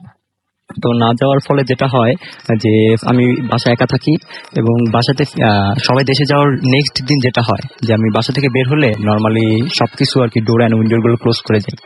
তো ওদিন আমি বাসা থেকে ফিরে দেখি আমার বেডরুমে একটা উইন্ডো ওপেন। তো এটা দেখে আমি উইন্ডোটা ক্লোজ করে দিই। তো ক্লোজ করে যাওয়ার পর স্বাভাবিকভাবে আমি পড়ে টোরে ঘুমাতে চলে যাই। ঘুমাতে যাওয়ার পরে যা হয়, কোনো এক কারণে মাঝরাতে আমার ঘুমটা ভেঙে যায় এবং আমি দেখি যে ওই জানালার দিকে আমার চোখ পড়লে আমি দেখি যে ওই জানালাটা খোলা। তো এটা দেখে আমি রাসেল ভাই আমি ক্লিয়ারলি বলি যে আমার এটা পুরো মনে আছে যে আমি ওই জানালাটা ক্লোজ করছি। তো এরপর যখন আমি জানালাটা খোলা দেখলাম তখন আমি জানালাটা বন্ধ করে দিলাম, তবু আমি প্যারানর্মাল টাইপের কোনো কিছু মনে করিনি। তো এরপর ওদিন চলে যায়, ওদিন ঘুমিয়ে টুমে চলে যায়। এরপরের দিন নেক্সট দিন যেটা হয়, নেক্সট দিন আমি আস্তে আস্তে সন্ধ্যা হয়ে যায় বাসায়।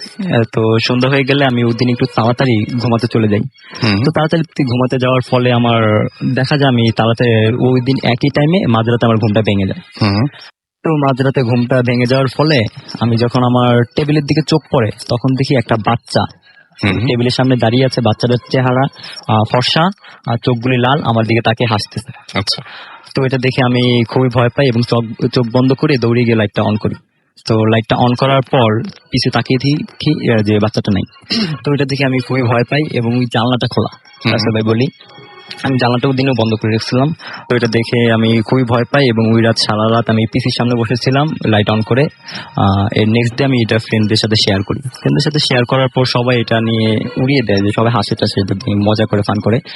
তো আমার একটা ফ্রেন্ড আর কি প্রীতম ওই জায়গায় আসছে, ও বললো যে আচ্ছা আমি তোর সাথে আজকে থাকবো। কোনো কারণে আজকে প্রীতম আসতে পারিনি, প্রীতম আজকে আসার এখানে কথা ছিল। তো আমরা দুজন একসাথে থাকি। থাকার পর দেখা যায় যে আমরা ড্রয়িং রুমে দুজন বসে খাচ্ছিলাম আর টিভি দেখছিলাম। তো ওই সময় রাত 11টা কি 12টা ওই টাইমে আমাদের দরজা নক করে। আমি তো অবাক হয়ে দিই যে এত রাতে দরজা নক করবে কি, আমাদের বাসা থেকে আসার কথা না। তবুও আমি দরজাটা খুলতে যাই, খুলে যা দেখি যে কেউই নেই। একটা মজার ঘটনা যে দরজা নক করলো, দরজাতে কেউই নেই। আমি আরেকটু অবাক হই। তারপরও আমি নর্মালি ভাবে দরজাটা বন্ধ করে দিই। তো দরজাটা বন্ধ করার পর যা হয়, দরজাটা বন্ধ করে যখন আমি মুভ করি তখন দেখি যে একটা বাচ্চার পায়ের ছাপ আমার বেডরুমের দিকে যাচ্ছে। তো এটা দেখে আমি অনেক ভয় পেয়ে যাই এবং আমার ফ্রেন্ডকে ডাক দিই। ফ্রেন্ড ডাক দিলে ও এই জিনিসটা ফেস করে এবং আমরা দুজন কিছু বলতে পারি না, দুজন অনেকক্ষণ আর কি চুপ করে থাকি। এরপর আমার বেডের দিকে যাই, বেডের দিকে গিয়ে দেখি যে সেম টু সেম ওই জানলাটা খোলা। এটা দেখার পর আমরা দুজনই ভয় পাই এবং নিচের আঙ্কেলকে ডাক দিই। আচ্ছা, তা আমি বলে রাখি আমাদের বাসাটা ছিল 4 তলা, শুধু একটা সাইড কমপ্লিট হয়েছে, আরেকটা সাইড কমপ্লিট হয়নি। তো আমার ফ্রেন্ডকে আঙ্কেলকে ডাক দিয়ে আঙ্কেলে বলে যে তোমার এই বাসায় থাকার আজকে দরকার নেই, তুমি তোমার ফ্রেন্ডের বাসায় চলে যাও বা আমার বাসায় থাক। আমি আমার ফ্রেন্ডের বাসায় চলে যাই। যাওয়ার আগে আঙ্কেল আরেকটা কথা বলে যে আমি তো তোমাদের রুম থেকে অনেক শব্দ শুনি আর এই রুমটা কিন্তু একটু হন্টেড, তুমি এটা আগে জানতা না, তুমি এখন চলে যাও। তো আমি যাওয়ার পর কয়েকদিন পর আম্মুরা আসার পর যেই ঘটনাগুলো আমি জানতে পারি সেগুলো শুনে আমি আসলে অবাক হয়ে যাই। কারণ ওই জায়গায় যখন 3 তলার বিল্ডিংটা আগে কমপ্লিট ছিল, যখন 4 তলা হয়, কনস্ট্রাকশন কাজ চলে, তখন ওখানে থেকে একটা বাচ্চা পড়ে মারা যায়। আরেকটা কথা বলি রাসেল ভাই, বাচ্চাটা ছিল একটু অ্যাবনর্মাল টাইপের। আচ্ছা। দেখা যেত অনেকে আর কি সন্ধ্যাবেলা হলে অটোমেটিক ও ছাদে উঠে যেত, ছাদে তখন কোনো গেট টেট ছিল না, তারপর অটোমেটিক কাঁদতো হাসতো এরকম টাইপের ছিল। তো এরপর কয়েকদিন মারা যাওয়ার পর 4 তলা যখন কমপ্লিট হয়, তখন ওই বাড়িওয়ালা কোনো এক কারণে 4 তলায় থাকতে আসে, এবং থাকতে আসার 2 মাস পর ওই বাচ্চাটার মাও মারা যায়। তো এটা খুবই অ্যাবনর্মাল টাইপের ছিল যে বাচ্চা স্বাভাবিকভাবে মারা যায় না, একটু অস্বাভাবিকভাবে বাচ্চার মা মারা যায়। এরপর বাড়িওয়ালা ওখান থেকে চলে যায় ভাড়া দিয়ে। তো এটা জানার পর কি সবাই একটু আমরা ভয় পেয়ে যাই, এবং আম্মুকে বলার পর আম্মু এটা শোনার পর আম্মু বলে এখন তো বাসা ছেড়ে যাওয়া যাবে না, তুমি এক কাজ করো, কয়েকদিন পরে তো যেতে হবে। তো এটার জন্য আমরা হুজুর টুজুর ডাকি, হুজুরে বলে যে এখানে অনেক কিছু খারাপ কিছু আছে, আপনাদের তাড়াতাড়ি যাওয়ার জন্য এটা কিছু ইঙ্গিত দিতেছে। তো এটা শোনার পর আম্মু বলে আচ্ছা ঠিক আছে, আমরা বেশি দিন আর থাকি না বাসা থেকে, আমরা 7 দিন বা 8 দিন পরে ওই বাসাটা ছেড়ে অন্য জায়গায় চলে যাই। এটাই ছিল সাকিব ভাই। ওকে, থ্যাংক ইউ সো মাচ। আমাদেরকে এসএমএস করেছেন জয়নাল মিয়া জয়পুর থেকে। এছাড়াও লাবণী আমাদের এসএমএস করেছেন, লিখেছেন আজকের ভূত এফএম খুব ভালো হচ্ছে, থ্যাংক ইউ আপনাকে। এছাড়াও আমাদেরকে এসএমএস করেছেন মোহাম্মদ হাসিবুল, আমাদেরকে এসএমএস করেছেন কিয়ানাত হিয়া। এটা প্রথম এসএমএস, এবং আমাদের প্রথম এসএমএস পড়েননি, এই এসএমএসটা পড়বেন না। আচ্ছা, সবাই বলছেন এসএমএস পড়বো, কিন্তু এসএমএস পড়বো এই মানে পড়বেন, এরপরে আর কোনো এসএমএস থাকে না, মানে এরপর আর কোনো কিছু থাকে না লেখা। তো আমি জানি না যে আসলে কি ইনফর্ম করতে চান, এই ব্যাপারটা আমি বুঝি না। মোহাম্মদ হাসিবুল আমাদের এসএমএস করেছেন। এছাড়া তিনি হচ্ছে বরিশাল থেকে আমাদের এসএমএস করেছেন। মাহাদি ময়মনসিং থেকে এসএমএস করেছেন। আমাদেরকে শাওন এবং তামান্না এসএমএস করেছেন হরিয়ান ইউনিয়ন হাউস রাজশাহী থেকে, এবং তিনি বলছেন খুব ভালো লাগছে ভাই, আমি আর তামান্না একসাথে শুনছি, বাট ভয় লাগছে না এখনো পর্যন্ত। আচ্ছা, একসঙ্গে শুনলে ভয় লাগবে না, দুজন আলাদা রুমে যেয়ে শুনেন, তাহলে দেখবেন যে আরো বেশি ভয় লাগছে, আরো বেশি মজা পাবেন। আহসান আমাদের এসএমএস করেছেন মিরপুর থেকে, তিনি লিখছেন last SMS, last episode of the show. আচ্ছা, লাস্ট এপিসোড। আচ্ছা, আমি ঠিক বুঝিনি আপনার এসএমএসটা। আমার যেটা মনে হয় যে এসএমএস না পড়ার জন্য বেশ মেজাজ খারাপ হচ্ছে আপনার, এবং তিনি বলছেন যদি ইচ্ছা হয় এবার পড়েন, অথবা মানে তিনি বলছেন যে আজ তাহলে শুনবেন না। ওকে, আমার যেটা মনে হয় যে আপনার এসএমএসটা পুরোটাই আমি পড়লাম, বাট এই এসএমএস এ আপনি কি ইনফর্ম করতে চান সেটা যদি রিপিট করতেন তাহলে কিন্তু আমি সেটাও জানিয়ে দিতে পারতাম, বাট আপনি শুধুমাত্র আপনার আগের কথাগুলো জানিয়েছেন, যেটা আমার হাতে নেই একেবারেই। আমি চাইলেই সব এসএমএস পড়তে পারি না সব সময়। স্বর্ণা আমাকে এসএমএস করেছেন, এছাড়াও এসএমএস করেছেন আমাকে হিমেল, সবুজ ইসলাম আমাদেরকে সাতক্ষীরা থেকে এসএমএস করেছেন, লিখেছেন সাবাস বাংলাদেশ, সাবাস বোথ এফএম। থ্যাংক ইউ আমাদের সঙ্গে এতক্ষণ পর্যন্ত থাকার জন্য। আমি আপনার কাছে আসবো, আপনার নামটা বলবেন, একটা ছোট্ট ঘটনা দিয়ে আমরা আগে শুরু করি, রাইট? জি, আপনি গত সপ্তাহে এসেছিলেন, আপনার দুজন হাজবেন্ড ওয়াইফ, তারা এই কাপলটা গত উইকে এসেছিলেন, এবং তারা অনেক মজার কিছু ঘটনা আমাদের শুনিয়েছেন, এবং আজকেও কিছু ঘটনা শুনতে এসেছেন। আমরা ছোট দিয়ে আগে শুরু করবো, তারপরে ধীরে ধীরে অন্য ঘটনাগুলোতে যাবো। ওকে। হ্যালো লিসেনার্স, আমি দাসমিয়া। আমি গত উইকে এসেছিলাম আমার আর আমার হাজবেন্ডের একসাথে এক্সপিরিয়েন্স করার কিছু ঘটনা বলার জন্য। আর এই উইকে রাসেল ভাই আমাকে আবার আসতে বলেছে, কাজ আমার নানা ভাই বাসা নিয়ে আমার কিছু স্টোরিজ আছে, রিয়েল স্টোরিজ আছে, ওইগুলা বলতে এসেছি এই উইকে। সো রাসেল ভাই যেহেতু বলছে ছোট ঘটনা দিয়ে স্টার্ট করতে, আমি জাস্ট মানে কিছু ডিসক্রিপটিভ টাইপ একটা ঘটনা বলি। সেটা হলো গিয়ে যে আমার নানার বাসাটা হচ্ছে পুরান ঢাকা সিদ্দিক বাজারে। তো বাসাটা এখনো আছে। তো একদম আর্লি টাইমসের একটা ঘটনা দিয়ে আমি স্টার্ট করি। সেটা হলো যে আমার নানা যখন ইয়াং ছিল, আমার আম্মুরা তখন ছোট ছোট, আমার আম্মু এবং আমার মামা তখন ছোট। তো আমার নানা ভাই গরমকালে বেশিরভাগ সময় বারান্দায় গিয়ে ঘুমাতো। তো আমার নানা ভাই মানে আড্ডা মারতো, খুব আড্ডা পছন্দ করতো। তো একটা ফ্রেন্ডকে ডেকে নিয়ে আসতো। নানা ভাই একটা বেস্ট ফ্রেন্ড ছিল, মানে উনি আর আমার নানা ভাই মিলে সবসময় বারান্দায় গিয়ে ঘুমাতো। রাত জাগতো, রাত জেগে সিগারেট টিগারেট খেয়ে বারান্দায় রাতের বেলায় ঘুমিয়ে যেত। তো এরকম 1 সপ্তাহ 3-4 দিন কাটানোর পর একদিন হঠাৎ করে দেখে যে একটা চুল, লম্বা একটা চুল, মানে বারান্দার রেলিং দিয়ে মানে বেয়ে আমার নানা ভাই বালিশের দিকে, বালিশ পর্যন্ত এসেছে। তো নানা ভাই একটা জিনিস মিস করে গেছে রাসেল ভাই। নানা ভাই এটা খেয়াল করেছে এভাবে যে নানা ভাই সিগারেট ধরানোর জন্য লাইটারটা খোঁজার জন্য বালিশের নিচে হাত দিয়েছে। হাত দেওয়ার পর দেখেছে চুল একদম প্লেন লম্বা চুল। তো নানা ভাই বলে যে এত প্লেন লম্বা একটা চুল কোথা থেকে আসলো। তো নানাভাই যখন চুলটাকে ফলো করে দেখে যে চুলটা বেয়ে বেয়ে বেয়ে রেলিং ক্রস করে নারিকেল গাছ থেকে এসেছে, অনেক লম্বা তার মানে অনেক চুলটা। লম্বা। আর আমার নানাভাই বাসার সামনে 7টা নারকেল গাছ ছিল, সিরিয়ালি একটু আগে পিছে করে। সেই চুলটা নারকেল গাছ থেকে এভাবে করে এসেছে। তো নানাভাই যখন একটু খেয়াল করার চেষ্টা করলো, ওই দিন যেটা হয়েছে, ওই দিন নানাভাই লাইটারটা পেয়ে গেছে, পেয়ে যাওয়ার পর লাইটারটা জ্বালিয়ে দেওয়ার পর দেখে চুলটা আর নেই, আচ্ছা, চুলটা আর নেই। তো এরপর একদিন পর আবার নানা ভাই এরকম বারান্দায় ঘুমাতে গেল। আর আমি রাসেল ভাই একটা কথা বলি, সেটা হলো যে আমরা শুনেছি যে সুন্দর ছেলে হলে পরীরা ধরে, পরী দেখা দেয়, সুন্দর মেয়ে হলে জিন ধরে। তো নানা ভাই অনেক সুন্দর ছিল, আচ্ছা। তো মাশাল্লাহ। তো সেটা হলো যে আমার নানা ভাই এরকম বারান্দায় গেল, এটা আরেক দিনের ঘটনা। দেখে যে এরকম রাতের 2টা বাজে, দেখে যে হঠাৎ এরকম নারকেল গাছের মধ্যে একটা একটা পা আমার নানা ভাইয়ের বাসার বিল্ডিং এ, 4তলা বিল্ডিং, আর পাশাপাশি আমার নানা ভাইয়ের বিল্ডিং ছিল, আর একটা পা ওই বিল্ডিং এর ছাদে। তো একটা পা এই বিল্ডিং এর রেলিং এ, আর একটা পা ওই বিল্ডিং এর ছাদে। একটা মহিলা, মানে মেয়ে আর কি, সুন্দর একটা মেয়ে, এত লম্বা একটা চুলটা আবার এরকম করে হাতাচ্ছে, বসে বসে আমার নানা ভাইয়ের দিকে হালকা করে হাসছে। এটাই কি সেই চুলের? হ্যাঁ, সেই চুলটা এটা পরের দিন দেখলো আচ্ছা, এরকম করে হাতা, মানে আঁচড়াচ্ছে, যেমন নখ গুলা দিয়ে, আঙ্গুর গুলা দিয়ে চুলটা আস্তে আস্তে করে আঁচড়াচ্ছে, আর নানা ভাইয়ের দিকে হালকা করে হাসছে, নানা ভাইয়ের দিকে তাকিয়ে। ওই দিন আবার আমার নানা ভাইয়ের ফ্রেন্ডটা ছিল না। যেটা হয়েছে কি, মানে প্রথম দিন দেখা দেয়নি, ফ্রেন্ডটা ছিল বলে, ফ্রেন্ডটা দেখতে খারাপ ছিল বলে দেখা দেয়নি কি, আমি এটা একটু বলতে শুনতে পারছি চাই, না। এখানে কিছু ঘটনা শুনতে চাই যে হ্যাঁ, বলুন। আপনার নানা ভাইকে নিশ্চয়ই মানে তিনি আপনি বলেছেন যে দেখতে কিরকম বা কেমন দেখতে পেয়েছিলেন, মানে সেই অভিজ্ঞতা তো হয়েছে। যিনি চুল আঁচড়াচ্ছিলেন তিনি দেখতে কেমন ছিলেন, বা কি তার চেহারার কোনো বর্ণনা দিয়েছেন কিনা? হ্যাঁ, আমি সেটাই বলছি যে সুন্দর একটা মেয়ে, সাদা রঙের, মানে জামা কাপড় কিছু বোঝা যাচ্ছিল না, জিনিসটা জ্বলছিল। মানে আচ্ছা। মেয়েটা, মানে যে জিনিসটা দেখতে পাচ্ছিল, মেয়ে মানুষটা বা যে শেপটা দেখতে পাচ্ছিল, চেহারাটা বোঝা যাচ্ছিল, বাকিটা বোঝা যাচ্ছিল না।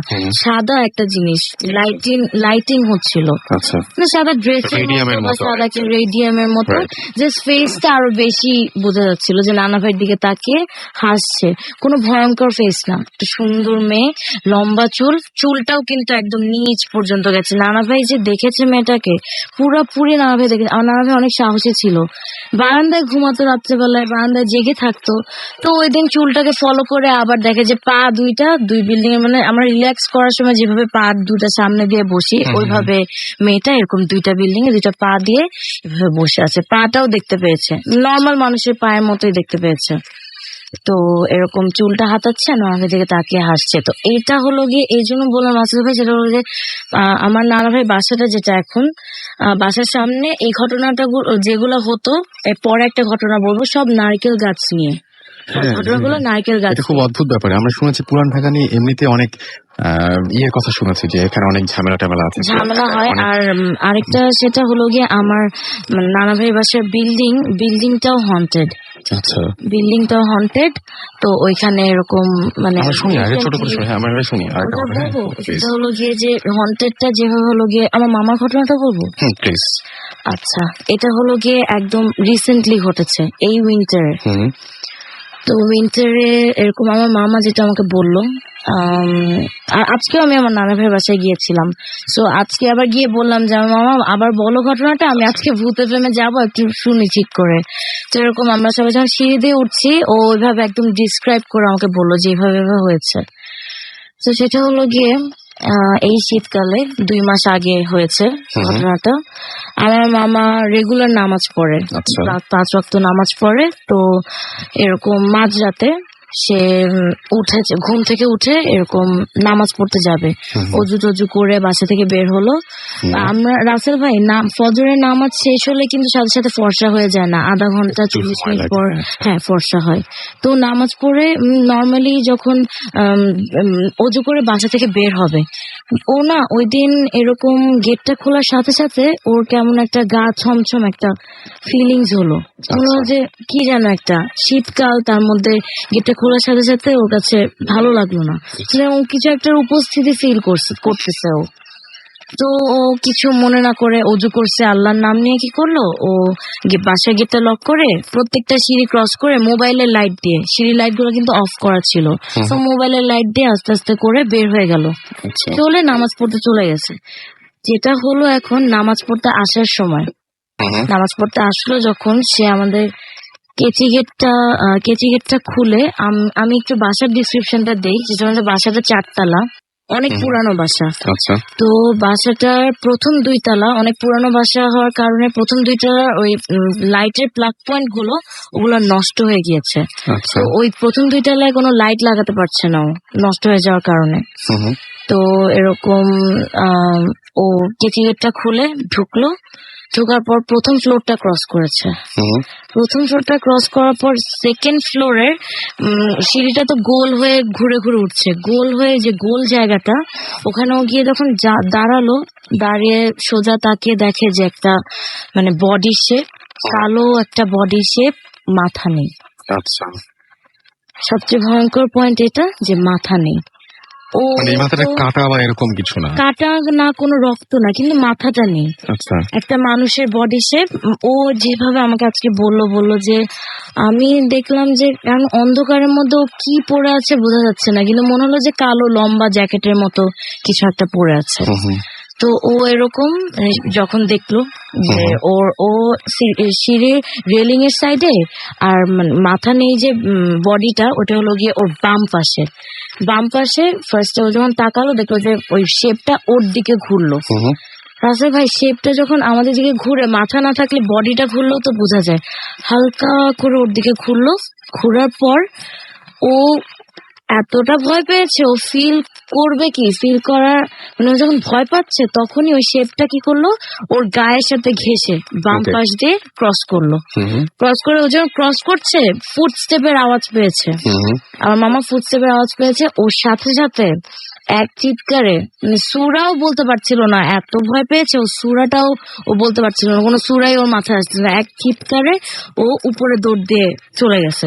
আর যখন ও উপরে দৌড় দিয়ে চলে যাচ্ছিল, তখন পিছে তাকিয়ে দেখে যে, মানে চলে যাওয়ার আগে পিছে একবার তাকালো যে এটা কে ক্রস করলো আমাকে, এরকম ভয়ঙ্কর একটা জিনিস। পিছে তাকিয়ে দেখে কিছুই নেই, উপরে দৌড় দিয়ে ও, আমার মামি যেটা বললো যে সাধারণত 2টা কলিং বেল বাজায়, ওই দিন মানে আনকাউন্টেবল কলিং বেল বাজাচ্ছিল। আমার মামি খুলতে জাস্ট কয়েক সেকেন্ড, কিন্তু এর মধ্যে অনেকগুলো কলিং বেল বাজিয়ে ফেলেছে। ঢুকে দেখে যে মানে অনেক ঘেমে গেছে ও। তারপর তো 3 দিন ধরে ওর জ্বর। আচ্ছা 3 দিন ধরে ওর জ্বর। এরপর থেকে রাসেল ভাই, এটা তো রিসেন্ট ঘটনা, এরপর থেকে অনেক কিছুই হচ্ছে, মাঝখানে বন্ধ ছিল, অনেক কিছু হচ্ছে। এটা আচ্ছা, আমরা তাহলে এক একে শুনবো। আমাদেরকে দিলবার ভূত SMS করছেন ফার্মগেট থেকে। রাসেল ভাই, আজকের কাহিনীগুলো চরম লাগছে, শুনে ভয় লাগছে। শোভন লিখেছেন যে ভাইয়া, যতটুকু না ভয় হচ্ছে তার চেয়েও বেশি টেনশন হচ্ছে আমার আদরের আপু মুক্তার জন্য, কজ ও আমার চাইতে অনেক বেশি ভীতু। শুভ অ্যান্ড বিজয় লিখেছেন ভাইয়া, এটা আমাদের ফার্স্ট SMS, না পড়লে মাইন্ড করবো, কারণ প্রথম SMS আমি পড়তে পারছি, কেউ অনেকগুলো পাঠানোর পরে পড়তে পারছি না, আমি রিয়েলি সরি, এটা একেবারে আমার হাতে নেই। বাবু লিখেছেন যে আমি নর্মালি ভূত FM শুনি না, বিকজ ফুল উইক রাতে ঘুমাতে পারি না, আজকে শুনছি তোমাকে SMS করার জন্য, আর তুমি আমার SMS একটাও পড়লা না। আচ্ছা, পড়ে ফেললাম ভাই, আই এম রিয়েলি সরি। এছাড়া এর বিষয়ে কিছু বলার নেই। ইমন নারায়ণগঞ্জ থেকে আমাকে SMS করেছেন, ভূত FM শুনতে শুরু করার পর থেকে আমি থাকতে পারি না, অন্ধকারে থাকতে পারি না, একা, কি হলো জানি না। আচ্ছা, কিছুই হয়নি, ভূত FM এর আসর হয়েছে আপনার উপরে। লিটু আমাদের SMS করেছেন ফ্রম নরসিংদী থেকে, যে নারিকেল গাছ নিয়ে যে ঘটনাটা শুনলাম সেই ঘটনাটা চরম হয়েছে, থ্যাংক ইউ। আমি জানাবো তাসমিয়াকে, যিনি ঘটনাটা বলেছেন। আমাকে ফাহিম লিখেছেন যে রাসেল ভাই, তাসমিয়া যে ঘটনাটি বললেন ওনার ঘটনাটা সঠিক এবং আমার কাছে ঠিক মনে হচ্ছে, কারণ আমার মাকে নিয়েও এরকম একটা ঘটনা হয়েছে এবং আমার মা এরকম একটা ঘটনা এক্সপিরিয়েন্স করেছেন, এবং এটা হচ্ছে সিদ্দিক বাজার থেকে তিনি SMS করেছেন। ওকে, তন্নি আমাদের SMS করেছেন সুজানা ফ্রম নারায়ণগঞ্জ থেকে, এবং তিনি ভূত FM অনেক ভালো লাগে, সব মিস করলেও ভূত FM মিস করি না, প্লিজ SMS-টা পড়ো। আমি SMS-টা পড়ে ফেললাম। হাসান আমাদের SMS করছেন মিরপুর থেকে, রাসেল ভাই অভিমান নেই, টেক্সট পড়ার জন্য থ্যাঙ্কস। হেডফোনটা নষ্ট ছিল, একটা পরিচিত শপ থেকে 12টা 48-এ নতুন হেডফোন কিনে ভূত FM শুনছি। ওকে, থ্যাংক ইউ আমাদের এত কষ্ট করে আমাদের সাথে থাকার জন্য। যারা এখন SMS পাঠাতে যাচ্ছেন তাদেরকে বলবো মোবাইলের মেসেজ অপশনে গিয়ে গিয়ে টাইপ করুন SHOUT শাউট স্পেস আপনার নাম স্পেস আপনার মেসেজ পাঠিয়ে দেন 9840 নম্বরে। গিট্টু মিয়া আমাদের SMS করেছেন, SMS করেছেন অনেক ঢাকা থেকে, লিখেছেন আই লাভ ভূত FM, please read my SMS। পড়ে ফেলাম আপনার SMS। মাহবুবুর রহমান আমাদের SMS করেছেন, SMS করেছেন আমাদেরকে সাব্বির, এছাড়াও SMS করেছেন আমাদেরকে আহসান মিরপুর থেকে আবারও, এবং আমি আরমান আমাদের SMS করেছেন।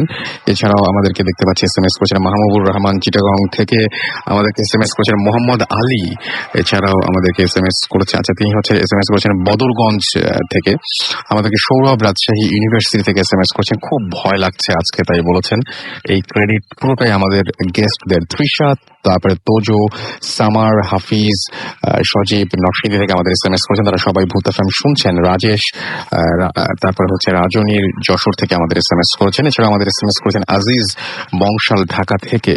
সো যারা এতক্ষণ আমাদের SMS করছেন, আমান SMS করেছেন আমাদেরকে। সো যারা SMS করছেন তাদেরকে অনেক অনেক থ্যাঙ্কস আমাদেরকে SMS পাঠানোর জন্য। আর জানেন নিশ্চয়ই যে এয়ারটেল নাম্বার থেকে বা অন্য যে কোনো নাম্বার থেকে আপনি টাইপ করতে পারেন SHOUT শাউট স্পেস আপনার নাম স্পেস আপনার মেসেজ পাঠিয়ে দিতে পারেন 9840 নম্বরে। যারা আমাদেরকে ইমেল করতে চান তারা ইমেল অ্যাড্রেসটি লিখে নিন bhutfm@radiofurti.fm। আশা করবো যে সামনের যে সপ্তাহ, সেই সপ্তাহতে আমি আরো অসংখ্য গেস্ট নিয়ে আবারও ভূত FM বসতে পারবো। ঢাকার গেস্টরা গা ঢাকা দেবেন না এবং বলবেন যে না, মানে অবশ্যই বলবেন না যে আমার ঘটনাটা পড়ে শোনান। আর এদিকে আরেকটা ঘটনা আমি জানিয়ে দিই, সেটা হচ্ছে যে এয়ারটেলের এম রেডিওর মাধ্যমে আপনি আজকের শোটা যদি আনফর্চুনেটলি মিস করে থাকেন তাহলে আবারও শুনতে পারবেন। আপনাকে ডায়াল করতে হবে আপনার এয়ারটেল নাম্বার থেকে 4040 সিলেক্ট করতে হবে চ্যানেল 22 এবং তারপরে দেখবেন যে আপনি একের পর এক এপিসোডের অপশনগুলো পাচ্ছেন এবং আপনার যে এপিসোডটি মিস হয়েছে, যে এপিসোডটা আপনি শুনতে পারেননি, সেই এপিসোডটি আপনি আবারও শুনতে পাবেন। এবং এখন লিসনাররা ভূত FM যে কলার টিউনটি রয়েছে সেটা তার কলার টিউন অথবা মাই টিউন হিসেবে সেট করতে পারবেন। এই জন্য আপনাকে যেটা করতে হবে, ভূত FM কলার টিউন কোডটা মনে রাখতে হবে। And the code number is 92125 এবং এটা আপনাকে মনে রাখতে হবে এবং আপনি অ্যাক্টিভেট করতে পারেন মাত্র একটি SMS পাঠিয়ে। এটি আপনার সেলফোনের মেসেজ অপশনে গিয়ে টাইপ করুন সিটি স্পেস দিয়ে 92125 এবং পাঠিয়ে দিন 3123 নাম্বারে। আমরা আসবো ছোট্ট একটা ব্রেকের পরে আবারও আপনাদের কাছে ফিরে এবং নতুন ঘটনা, আরো কিছু নতুন অতিথিদের নিয়ে। সেই পর্যন্ত সবাই রেডিও ফুর্তির সাথেই থাকুন। ফিরে আসছি একটা গানের পরেই এবং এই গানটা আমাদের একটু আগে যিনি আমাদেরকে ঘটনা বলছিলেন তার গাওয়া আজিজুল আবিদিন, তার একটা মানে গান শুনিয়ে আমরা একটু পরে ফিরে আসছি। So stay tune.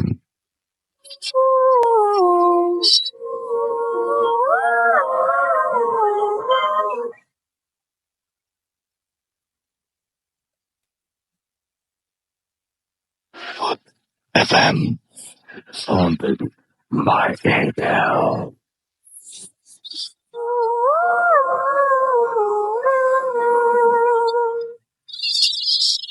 শুনছেন সবসময় রেডিও ফুর্তির সাথে আছে রাসেল। চলছে ভূত FM হন্টেড বাই এয়ারটেল। পাচ্ছি আপনাদের SMS। রাজীব আমাদেরকে SMS করেছেন, রাজীব মেই যে খুলনা বাগেরহাট থেকে। রাসেল ভাই ভয় করছে এবং তিনি বলছেন যে কাঁথা মুড়ি দিয়ে ভূত FM শুনছেন এবং তিনি লিখেছেন যে আই লাইক রেডিও ফুর্তি ভেরি মাচ। কিশোর আমাদের নওগাঁ থেকে SMS করছেন, রাসেল ভাই আজকের ভূত FM সত্যি খুব ভালো লাগছে, আর থ্যাংকস তাসমিয়া আপুকে সুন্দর সুন্দর ঘটনা বলার জন্য। বকুল আমাদের SMS করছেন রাজশাহী ইউনিভার্সিটি থেকে, ভাইয়া আজকের গল্পগুলো ফাটাফাটি হচ্ছে, আমি এখন হলের ছাদে, ভাইয়া ভিডিও এপিসোডটি আবারও শুনতে চাই। এছাড়াও নীরব আমাদের SMS করেছেন, নীরব রকম্যান চিটাগং থেকে, আজকের ভূত FM এর ঘটনাগুলো খুব খুব খুব ভয়ের, লাইট বন্ধ করে রুমে একা ভূত FM শুনছি। এছাড়াও আমাদের SMS করেছেন তন্ময় গাজীপুর থেকে, তাসমিয়া আপুর কাহিনীগুলো খুব ভালো হচ্ছে, তাসমিয়া আপুকে থ্যাঙ্কস। জাকির আমাদের SMS করেছেন, জাকির বাবু সিলেট থেকে, যে কয়েকদিন পরে আমার HSC এক্সাম, আমি নেক্সট উইক থেকে আর ভূত FM শুনতে পারবো না, প্লিজ প্রে ফর মি, আমি দোয়া করি আপনার এক্সাম যেন অনেক ভালো হয়। সুস্মিতা সঞ্চিতা আমাদের SMS করেছেন, তারা ভূত FM শুনছেন এই মুহূর্তে। জয় আমাদের লিখেছেন যে আজকে প্রথম ভূত FM শুনলাম, খুব ভালো লাগলো না, এখনো বাকি আছে। নদী আমাদের SMS করেছেন যাত্রাবাড়ি থেকে, হ্যালো রাসেল ভাইয়া কেমন আছেন? আমি, ভাইয়া, আমার বোন সবাই মিলে ভূত FM শুনছি। এছাড়া আমাদেরকে SMS করেছেন অনিক ফ্রম লালবাগ, এছাড়া তিনি লিখেছেন যে ভাইয়া শুনছি, জোশ লাগছে। এছাড়া আমাদেরকে SMS করেছেন GM নাসের, আমাদের SMS করেছেন আরমান কামাল ধানমন্ডি থেকে, এবং তারা আরমান, খালিদ, রবিন, মিল্লাত, তারা সবাই মিলে ভূত FM শুনছেন। সৈকত আমাদের SMS করেছেন, মিজান চিটাগং থেকে আমাদের SMS করেছেন। এছাড়াও ভূতের বাপ আমাদের SMS করেছেন, সাগর সাগর, তানভীর, ফিরোজ, রুহুল, সুমন, তারা হচ্ছে সবাই আমাদের সাথে রয়েছেন। হাসান আল বন্য আমাদের SMS করেছেন নরসিংদী থেকে। এছাড়াও আমাদের SMS করেছেন সুরমা, শিশির খিলক্ষেত থেকে আমাদের SMS করেছেন। আচ্ছা, আমরা তখন তাসমিনের ঘটনা শুনছিলাম, তার হাজবেন্ড রয়েছেন আমাদের সঙ্গে। আমরা এখন তার কাছ থেকে একটা ঘটনা শুনবো। আপনার নামটা বলবেন, আপনিও লাস্ট এপিসোডে আমাদের সাথে জয়েন করেছিলেন। ভাই, হাই লিসনার্স, আমি ফাহাদ চিরং থেকে বলছি। শুরুতে আমার ছোট ভাই রিজভি খুব সিক, সবাই ওর জন্য দোয়া করবেন প্লিজ। তো রাসেল ভাই, আমি আমার ঘটনা চলে যাই। ঘটনাটি আমার মামা শ্বশুর থেকে শোনা। তার বাসার কাজের লোক এক ছুটিতে বাড়িতে যায়। ওই বাড়িতেই তার সাথে যে ঘটনাটি ঘটে সে শহরে এসে মামার সাথে শেয়ার করে, মামা আমাদেরকে পরে বলে। তো ঘটনাটি হলো, ওই ছেলেটি তার গ্রামের বাড়ি নোয়াখালী, ওখানে একটি গ্রামে এসে যায়। তো ওই গ্রামে তার যে বাড়িটা, তার বাড়ি থেকে কিছু দূরে একটি বাঁশঝাড় আছে। বাঁশঝাড়ের মাঝখানে একটা রাস্তা আছে। ওই রাস্তাতে মানে ওই রাস্তা সম্পর্কে অনেক খারাপ জিনিস প্রচলিত ওই গ্রামে আর কি। সবাই বলে ওই রাস্তাটা খারাপ, রাতের বেলা তেমন কেউ আসা যাওয়া করে না ওই রাস্তা দিয়ে। তো ওই ছেলেটিও কখনো এরকম রাত করে না বাসায় যেতে। তো সে একদিন বাজারে যায়, গ্রামের বাজারে যায়। তো রাসেল ভাই, যে বাজারে টিভি যখন দেখে গ্রামের ছেলেরা, তারা কিন্তু টিভিতেই হারিয়ে যায়। তো টিভি দেখতে দেখতে রাত করে ফেলে, 8টা-9টা হয়ে যায় তখন। তো ওর খেয়াল করে না। তো হঠাৎ করে যখন ওর ঘড়ির দিকে চোখ আটকায়, তখন দেখে ঘড়িতে রাত 9টা। তো সে তাড়াহুড়ো করে বাসার দিকে রওনা দেয়, বাড়ির দিকে রওনা দেয়। তো যেটা হলো, ও যেতে যেতে বাড়ির দিকে সে বাঁশঝাড়ের মাঝখানে যে রোডটা আছে ওদিক দিয়ে সে হাঁটতে থাকে। হাঁটার সময় সে হঠাৎ করে খেয়াল করে একটা সিঙ্গেল বাঁশ রাস্তার উপরে ঠাস করে পড়ে যায়। তো সে একটু অবাক হয়, সেরকম একটা বাঁশ কাটাও না, জাস্ট বেঁকে রাস্তার উপর পড়ে গেল। তো ও একটু সাহস নিয়ে, ভয় পাইছে, একটু সাহস নিয়ে সে সুরা পরে বাসটাকে ক্রস করে। বাসটাকে ক্রস করে 2 পা আগিয়ে সে পিছন ফিরে, মানে দেখার জন্য যে বাসটা কি আছে, কি হলো, বাসটা যে দেখলাম পড়লো। জাস্ট একটু পিছনে ফিরে দেখে যে বাস নেই। আবার সামনে ফিরে যখন দেখে যে একটা লাশ তার রাস্তার সামনে শুয়ে আছে। আচ্ছা, কাপড় কাচানো একটা লাশ। সেটা দেখে 10-15 সেকেন্ড ওখানে দাঁড়িয়ে থাকে। সে চিন্তা করে যে আমি কি দৌড় দিব নাকি পিছু ফিরে যাও, পিছনে বাজারের দিকে। সে লাশটার পাশ কেটে সে দৌড় দেয়। পাশ কেটে যাওয়ার সময় সে একটা পলক সে লাশের দিকে ফেলে। লাশের চেহারাটা, কাপড়টা কিন্তু খোলা ছিল। সে লাশের চেহারাটা যেরকম দেখে, মুখটা হাঁ করে তাকিয়েছে, হাঁ করা, চোখগুলো লাল, তার দিকে তাকিয়েছে লাশটা। সে মাথার পাশ কাটিয়েছে দৌড় দেয়। সে খুবই ভয় পায়। সে যখন ওই বাঁশঝাড়ের মাঝখান দিয়ে লাশটাকে ক্রস করে দৌড়াতে থাকে, তখন সে পিছনের থেকে অনেক রকম আওয়াজ, পাখি ডাকছে, বিভিন্ন রকম জন্তু জানোয়ার ডাকছে, যেগুলো ওই গ্রামে থাকা কোনোভাবেই পসিবল নয়। বিভিন্ন ভাবে বাঘের ডাক, গরু ডাকছে, মানে অনেক রকম ডাক। আবার ওর নাম ধরেও ডাকছে, মানে মানুষের কণ্ঠ। ওর নাম ধরে ডাকছে, বলে দাঁড়াও দাঁড়াও, ওর নাম ধরে ডাকছে। আশেপাশের থেকে ডাক আসছে। ওর নাম ছিল নূর আলম। যে নূর আলম, তুমি দাঁড়াও, নূর আলম, এই টাইপের করে ডাক আসছে। তো ও আর পিছিয়ে ফিরে থাকে না, ও আল্লাহর নাম নিয়ে দৌড়াতে থাকে। দৌড়াতে যখন বাড়ির কিছু সামনে আসে, তখন যেটি ও দেখে, ওটি ছিল অনেক ভয়ঙ্কর। সে দেখতে পায় যে একটা মানুষের ফিগার, তার গলা নেই, শরীর পুরো রক্ত, এবং তার বুকে 2টো বড় বড় চোখ, লাল লাল। এটা আমি এরকম ঘটনা আমি এরকম দেখেছি, এরকম আমি শুনেছি। বুকে বা সমস্ত গায়ে, সমস্ত শরীরে রক্ত, গলা নেই, বুকে 2টো বড় বড় চোখ, লাল হয়ে আছে। সে ওটাকেও ক্রস করে কোন রকম বাড়ির সামনে গিয়ে সে ফিট হয়ে পড়ে যায়। পরের দিন মানে নক করেই সে পরের দিন সে সকালে দেখে যে তাকে বাসার মধ্যে সে তাকে পায় আর কি। তো তারপর থেকে ওর 3-4 দিন প্রচন্ড জ্বর ছিল, সে কাজেও আসতে পারেনি আমার মামার বাসায়।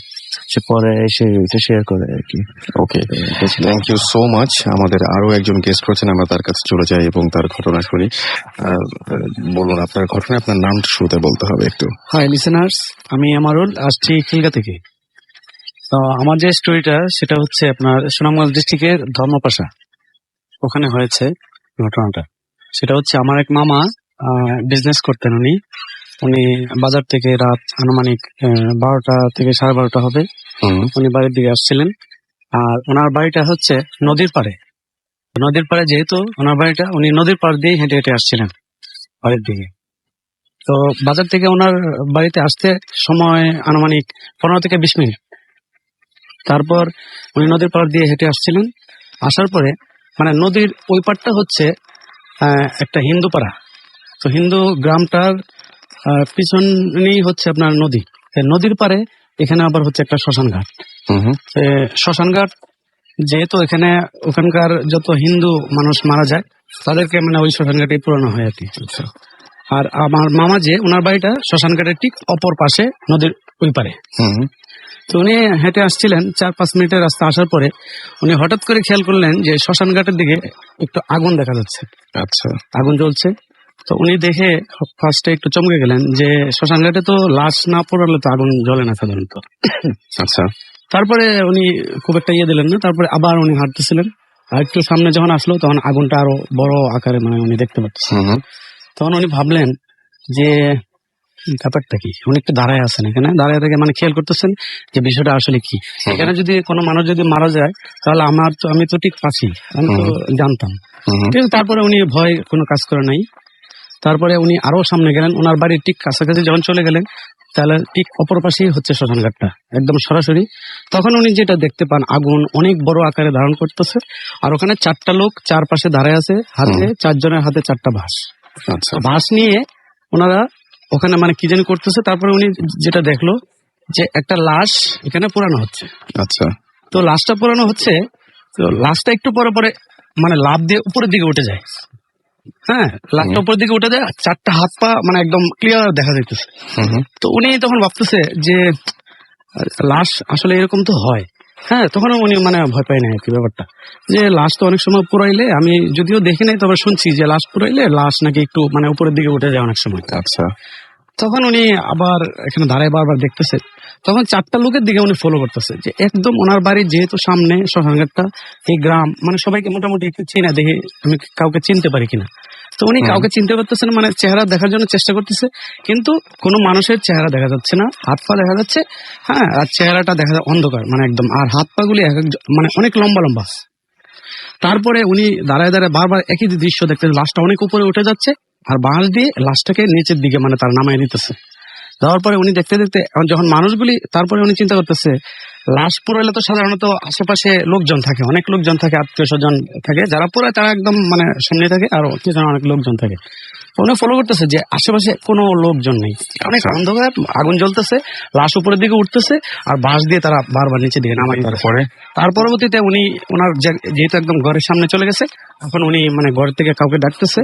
ডাকার পরে যখন ডাকার পরে একজন লোক আসলো, বলে যে এখানে কে মারা গেছে। বলে কোথায়? বলে এই যে এখানে আসো, একটু দেখো। হয়ে যায় পরে লোক আসলো, আসার পরে দেখে এখানে কোনো আগুন বা কোনো লোকজন কিছুই ছিল না। ওকে, আমরা পরবর্তী আরেকজনের কাছে চলে যাই। ঝটপট আপনার ঘটনাটা বলে ফেলুন, আপনার নাম বলতে হবে শুরুতে। হ্যাঁ লিসনার্স, আমি দীপু, নেত্রকোনা থেকে। আচ্ছা। আমি প্রথমে উইশ করতে যাই আমার ফ্রেন্ড নীলাকে, ওকে আমি নীল বলে ডাকি। আচ্ছা, আমি স্টোরিতে যাচ্ছি। তো আমাদের গ্রামের বাড়ি কেন্দ্রতে। তো এখানে আমার সাথে একটা ঘটনা ঘটছে।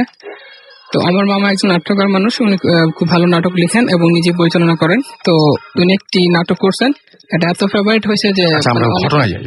ওকে, আমরা সরাসরি ঘটনায় যাবো। আচ্ছা, সরি। তো নাটকটা হচ্ছে, তো আমরা যাইতেছি, আমি আমার সাথে আরেক ফ্রেন্ড। তো যেখানে যাইতে হলে আমাদের একটা নদী পার হয়ে যেতে হবে।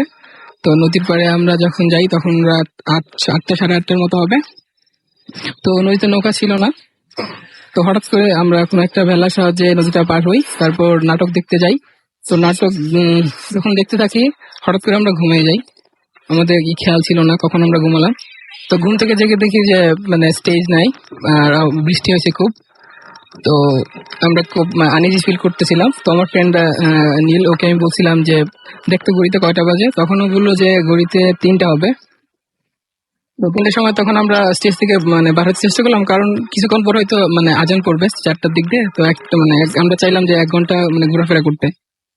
তো ঘোরাফেরা করতেছি, তো স্টেজের ভিতরে আমরা চাইছিলাম যে বের হইতে। তো আমরা স্টেজের দরজাটা খুঁজে পাইতেছিলাম না। তো হঠাৎ যখন আমরা কোনোভাবে পাইলাম দরজাটা খুঁজে, তারপর দেখলাম যে একটা কুকুর শুয়ে আছে। কিন্তু ও আর এমন ভাবে শুয়েছে যদি আমরা যদি যাইতে হয় তাহলে ওই কুকুরটার উপর দিয়ে যাইতে হবে। আর কুকুরটা যা দেখলাম, কুকুরটা একদমই কুচকুচে কালো ছিল, আর চোখগুলি ছিল মার্বেলের মতো, এবং এটা চকচক করছিল। তো আমরা ওইটার উপর দিয়ে যাইতে পারতেছিলাম না, কারণ আমাদের গ্রামের বাড়িতে একটা প্রচলন আছে যে দেও বিলাই কিংবা দেও কুকুর থাকে, ওইটার উপর দিয়ে গেলে মানুষ মারা যায়। তো আমরা অন্য বেছে নিলাম, প্যাডেলের এক সাইড উঁচু করে আমরা ওই দিক দিয়ে বের হয়ে গেলাম। তারপর বের হয়ে যাওয়ার পর আমরা দেখতে পেলাম যে কুকুর একটা ছিল, এখন আর একটা নাই। ওটা দ্বিগুণ হচ্ছে 1টা থেকে 2টা, 2টা থেকে 4টা, 4টা থেকে 8টা, এবং তারা সার্কেলিয়ে আমাদেরকে ঘুরে ফেলছে। তো আমার ফ্রেন্ড বলতেছে যে ভয় পাস না, আমরা তো গ্রামে এরকম অনেক শুনছি, এটা কোনো ব্যাপার না। তারপর আমরা আল্লাহর নাম নিয়ে হাঁটতে থাকলাম। হাঁটতে হাঁটতে একটা মসজিদ পেলাম, মসজিদের টিউবওয়েলে গেলাম এবং উজু করলাম, এবং টিউবওয়েলে অনেক জোরে চাপতেছিলাম যাতে ইমাম সাহেব উঠেন যদি থাকে লোকজন। কিন্তু এত আওয়াজ হচ্ছিল, কিন্তু কারো কোনো রেসপন্স পাচ্ছিলাম না। হঠাৎ করে দেখি কুকুর বলি নেই। তারপর আমরা গ্রামটা পার হই। তারপর নদীর পাড়ে আসি, তখন বৈশাখ মাস, পানি আসতে শুরু করছে। তো জোয়ার আসছে, সেদিকে আমাদের খেয়াল নাই যে জোয়ারে পানি বাড়ছে, কারণ আমরা যখন পার হই তখন তো বেশি পানি ছিল না। তো নদীর পাড়ে যাই আমরা সরাসরি লাফ দেই, কিন্তু এখানে পানি ছিল না, শুধু আমাদের একটা হয়তো বা হ্যালুসিনেশন হয়েছে, কিন্তু জাপ দেওয়ার পর আমরা ওখানে ব্যথা পাই। তো ওকে বললাম তো পানি তো নাই, তো আমরা তো হাইটে পার হতে পারবো নদীটা, কোমর পানি পর্যন্ত হবে। কিন্তু যে না আমরা ওইখানে সেট হইতে যাই, দাঁড়াইতে যাই, দেখি যে আমরা টাই পাচ্ছিলাম না, অনেক অনেক নিচে আমরা ডুবে যেতেছিলাম। আমরা অনেক অনেক চিৎকার করতেছিলাম, তো কিন্তু পারছিলাম না। তো হঠাৎ কোত্থেকে একটা গামছা আমার হাতে আসলো, এবং ওইটা নিজে নিজেই আমাদেরকে সেফলি ওই পারে নিয়ে গেল। তো আমি যখন উঠলাম, আমার ফ্রেন্ড সহ 2জন উঠলাম, দেখলাম যে একটা ছেলে দাঁড়িয়ে আছে, ওর হাতে গামছাটা যেটা দিয়ে ধরে আমরা উঠছি। কিন্তু সবচেয়ে মজার বা ভয়ঙ্কর বিষয় হলো যে আমি যে গামছাটা ধরে উঠলাম ওইটা ভিজা ছিল না, শুধু আমি যে জায়গাটায় দৌড়ছি সেটাই ভিজা ছিল, আর ওইটা ওই বৈশাখের মৃদু হাওয়ায় দুলছিল এবং হাতে লাগতেছিল, যেটা একদম ভিজা না। আর যখন আমি ছেলেটাকে দেখলাম যে বাংলাদেশে এরকম ছেলে আমি কখনো দেখি নাই, শ্রীলঙ্কান কিংবা তামিল এরকম, চুলগুলি একটু লম্বা আর আমাটে বর্ণের। তো আমি ভয় পেলাম, আমি চাইছিলাম যে তোমার ফ্রেন্ড যাতে ভয় না পায়, সেজন্য আমি ওকে বলি নাই, কারণ ও তো চিনে না, এলাকায় আর কখনো আসে নাই, আর আমার তো সব জানা। তারপর ও আমাকে বলতে থাকলো, ওই ছেলেটা, যে এই ছেলে তুমি এখানে কি করছো, যাও বাড়ি যাও, আর এরকম করবে না। তো আমি অনেক অনেক ভয় পাইছি। তারপর যখন আমরা ইয়েতে বেরিয়েছিলাম মঞ্চেতে, তখন ঘড়িতে বেরিয়েছিল 3টা। তারপর আমরা হাঁটা শুরু করলাম বাড়ির দিকে। তো আমার ফ্রেন্ডকে জিজ্ঞেস করলাম, আমার পিছনে ছিল, যে ঘড়িতে কয়টা বাজে। তখন ও বললো 3টা 3। আমি আবার বললাম কয়টা বাজে, ও বললো 3টা 3। নেক্সট টাইম ওর পিছনে বেরিয়ে তাকাইছি, কারণ আমার পিছনে ছিল, দেখিও নাই, ও সেন্সলেস হয়ে পড়ে গেছে। তারপর আমি যখন পিছনে থাকলাম, আর ওই ছেলেটা যেখানে গেছিল সেখানে একটা বৌদ্ধ মন্দির ছিল, মঠ জাতীয়, অনেক লম্বা। আমি দেখলাম ওই ছেলেটা ওইখানে দাঁড়িয়ে আছে, যে আমাকে সেভ করছে, অনেক অনেক অনেক লম্বা, এবং আমাকে ইশারা করতেছে, চলে যেতে বলতেছে, দৌড় দিতে বলতেছে। তারপর আমি একটা দৌড় দিই এবং ওইখানে সেন্সলেস হয়ে পড়ে যাই। ওকে, থ্যাংক ইউ সো মাচ আপনাকে আপনার ঘটনার জন্য। আমরা একটা ইনফরমেশন দিতে চাই সবাইকে যারা এখন আমাদের সাথে ভূত এফএমে আছেন। আমরা কালকে শেষ করেছি এশিয়া কাপ, এবং এশিয়া কাপে আমরা জিততে পারিনি। সবচাইতে বেশি কন্ট্রিবিউট করেছেন যিনি, তাদের মধ্যে একজন, এবং আমার খুবই খুবই খুবই খুবই প্রিয় প্লেয়ার। আমার মনে হয় যে যতজন এখন ক্রিকেটার রয়েছেন তার মধ্যে আমি সবচেয়ে বেশি পছন্দ করি সেই Shakib Al Hasan. Happy birthday to you Shakib Al Hasan, আপনাকে জন্মদিনের অনেক অনেক শুভেচ্ছা। আজকে আপনার জন্মদিন।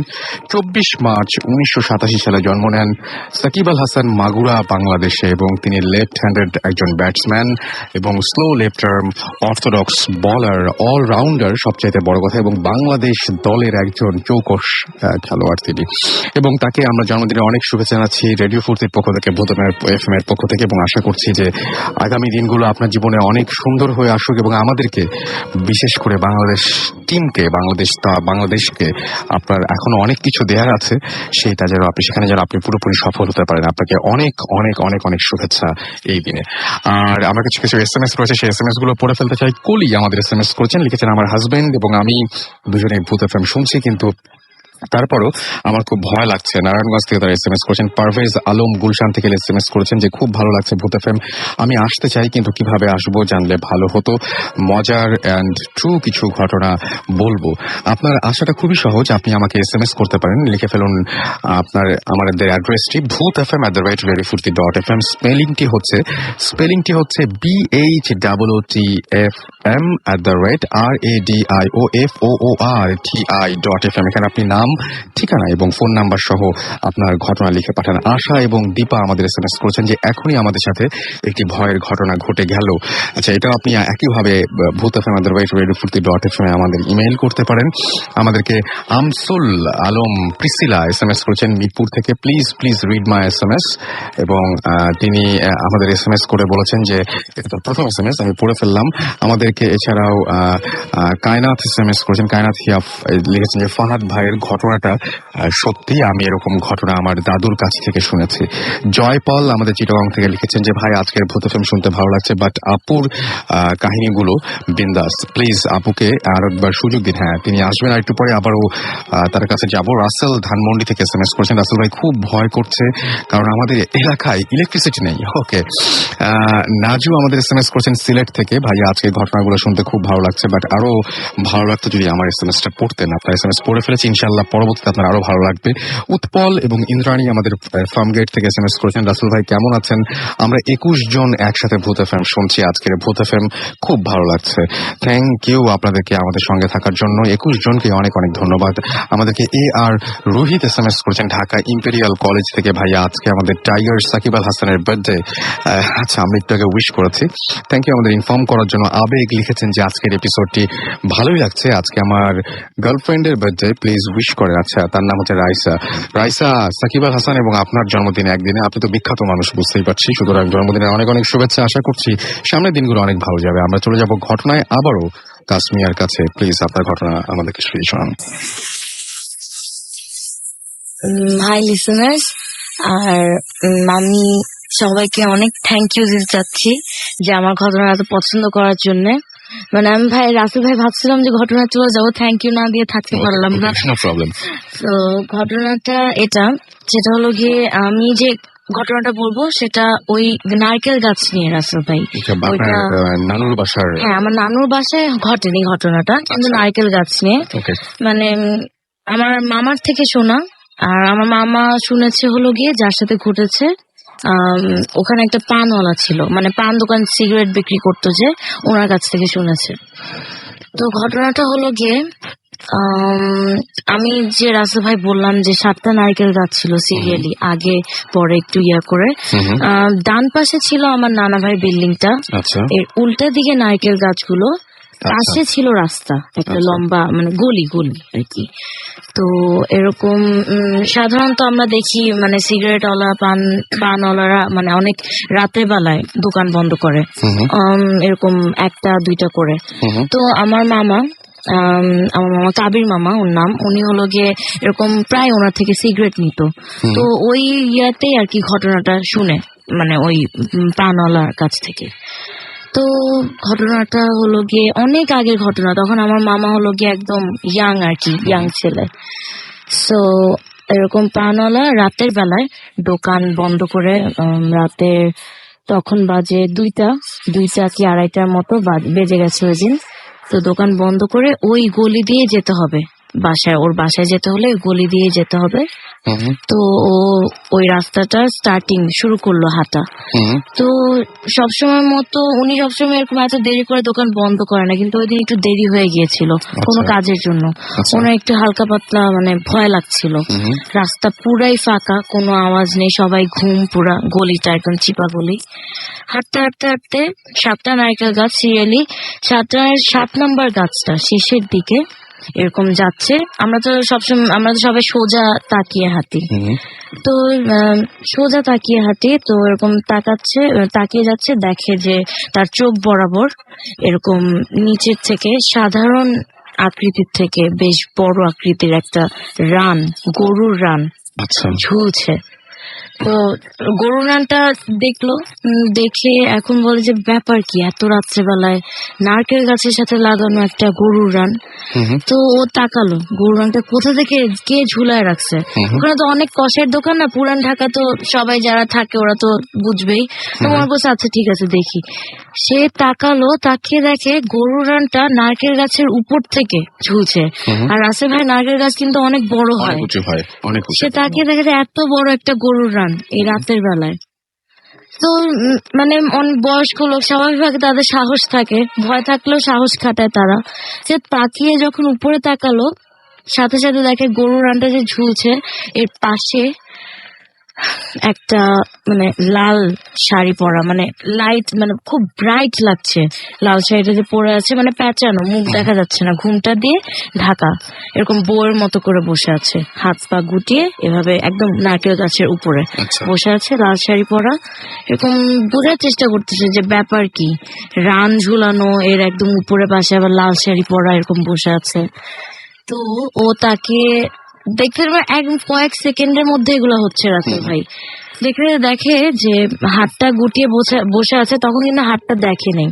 তারপর দেখলো যে শাড়ির ভিতর থেকে, মানে এরকম করে গুটিয়ে বসে শাড়ির ভিতর থেকে একটা হাত বের হলো।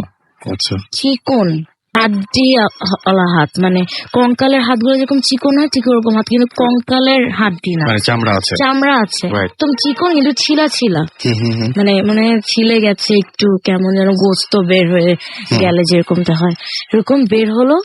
বের হয়ে হাতটা এভাবে নিচের দিকে, মানে গরুর মানে মাংসটা যেখানে, রানটা যেখানে, ওই নিচের দিকে ভাবে হাতটা আগালো। আচ্ছা আগিয়ে মানে এক হাত আগিয়েছে নিচে, আর আরেক হাত গিয়ে গরুর রানের পাটা যেখানে, ওই যে ঝুলছে যেখান থেকে রাসেল ভাই, ওখানে ধরে, আর ডান মানে আরেক হাত এভাবে নিচে নেমে নখগুলা বিরাট বিরাট এরকম গরুর রানের মাংসগুলা কাটছে নখ দিয়ে, নখ দিয়ে কাটছে। নখ দিয়ে কাটছে। এটাও সেই ওই একই এলাকার ঘটনা। একই এলাকার ঘটনা, ওই গলিতে নখ দিয়ে এভাবে কাটছে, মানে আঁচড়িয়ে এভাবে মাংসটাকে ছিঁড়ছে।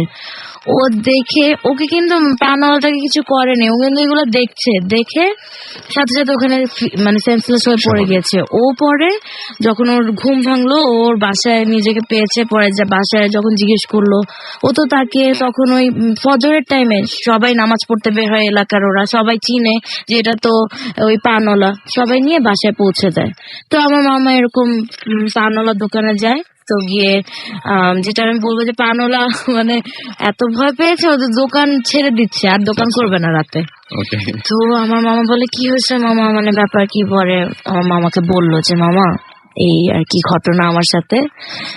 তো এবার আর সাহস করতে পারেনি রাসেল ভাই।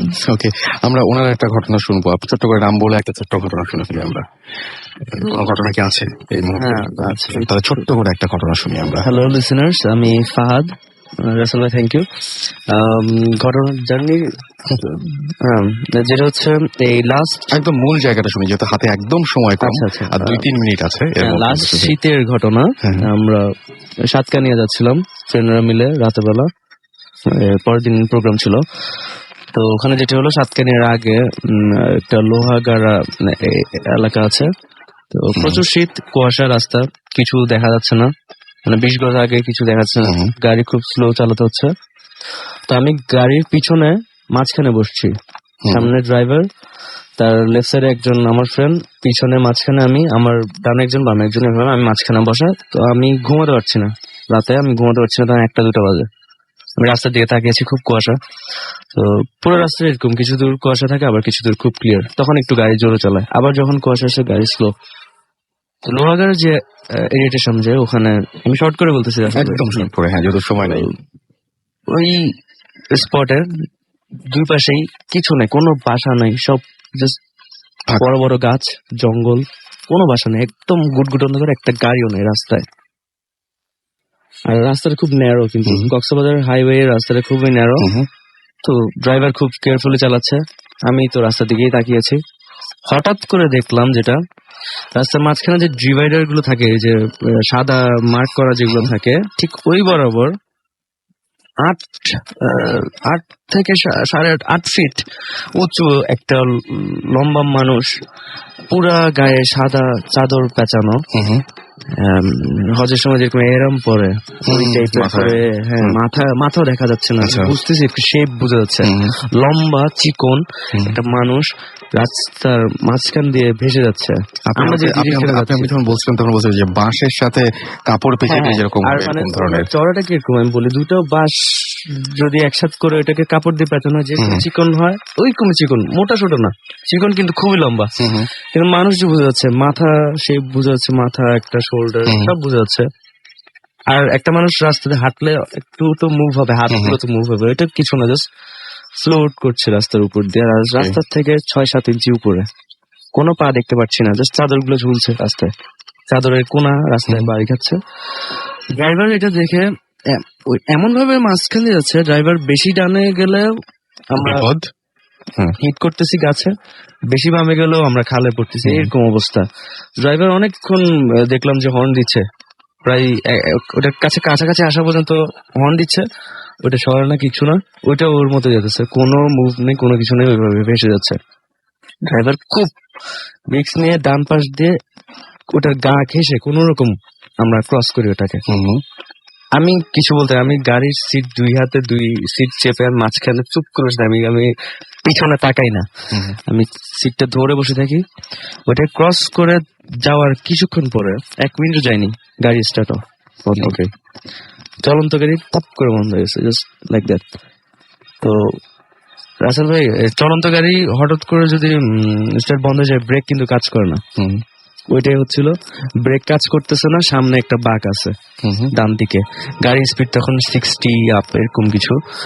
তো আল্লাহ করতে থাকি, ড্রাইভার কোন রকম কন্ট্রোল করে, স্টিয়ারিং ও অনেক হার্ড হয়ে গেছে, ডানে মুভ করতেছে না, বামে মুভ করতেছে না, স্টার্ট অফ কোন রকম হ্যান্ড ব্রেক টেনে কিভাবে করছে ড্রাইভার, আই ডোন্ট নো। গাড়িটা থামানোর পরে লাইট অফ করেই সে স্টার্ট নেয় আবার। তো লাইটটা অফ করে তখন আমরা সবচেয়ে বেশি ভয় পাইছি, যে মানে লাইটটা অফ করার পর জায়গাটা এমন গুটগুটে অন্ধকার, আমি নিজেকেও নিজে দেখতে পারতেছি না, গাড়ির ভিতরে এমন অন্ধকার। আমি চিন্তা করতেছিলাম পিছন থেকে ওই জিনিসটা আসবে, ওটার থেকে বেশি ভয় পাইতেছিলাম এখন যদি এই কুয়াশার মধ্যে কোনো গাড়ি আসে, শেষ। লাইট জ্বালানো গাড়ি আছে, ওটাই তো দেখতে পারতেছি না, সেই জায়গায় আমাদের গাড়ির লাইট পুরো অফ, পিছনে কোনো গাড়ি আমাদেরকে দেখবে না, মেরে দিবে, কোনো গাড়ি দেখতে পারবে না আমাদের গাড়ি। তো ড্রাইভার বলে, আপনারা আল্লাহ করেন, চিল্লাচিল্লি করবেন না, মোটা ছিল না, আল্লাহকে ডাকেন, সরে পড়েন, আমি দেখি চেষ্টা করে কি হয়। তো ড্রাইভার 5-6 বার সেল নেয়, স্টার্ট দিতে চেষ্টা করে, হয় না। 6 টাইমে আল্লাহর রহমতে স্টার্টটা নেয়, এবং আপনারা লাইটটা মোটামুটি জ্বালিয়েই দেখুন আপনারা বেঁচে আছেন। আমরা কোন রকম আল্লাহ আপনার হাতে সময় নেই, আর একটু ডিটেল করে শোনা যেত, বাট আমি দেখতে পাচ্ছি আর সময় নেই হাতে। আমাদের মুসাদ SMS করেছেন, প্রোগ্রামটা অনেক ভালো লাগছে, বাট SMS না পড়লে কষ্ট লাগে। ভূত FM এর বস সিলেট থেকে SMS করেছেন, ভাইয়া ভূত FM এর গল্পগুলো খুব ভয় লাগছে। এবং মৌটুসি আমাদের রাজশাহী থেকে SMS করেছেন, লাইট অফ করে কানে হেডফোন, অসম লাগছে আজকের স্টোরিগুলো, যে ঘটনা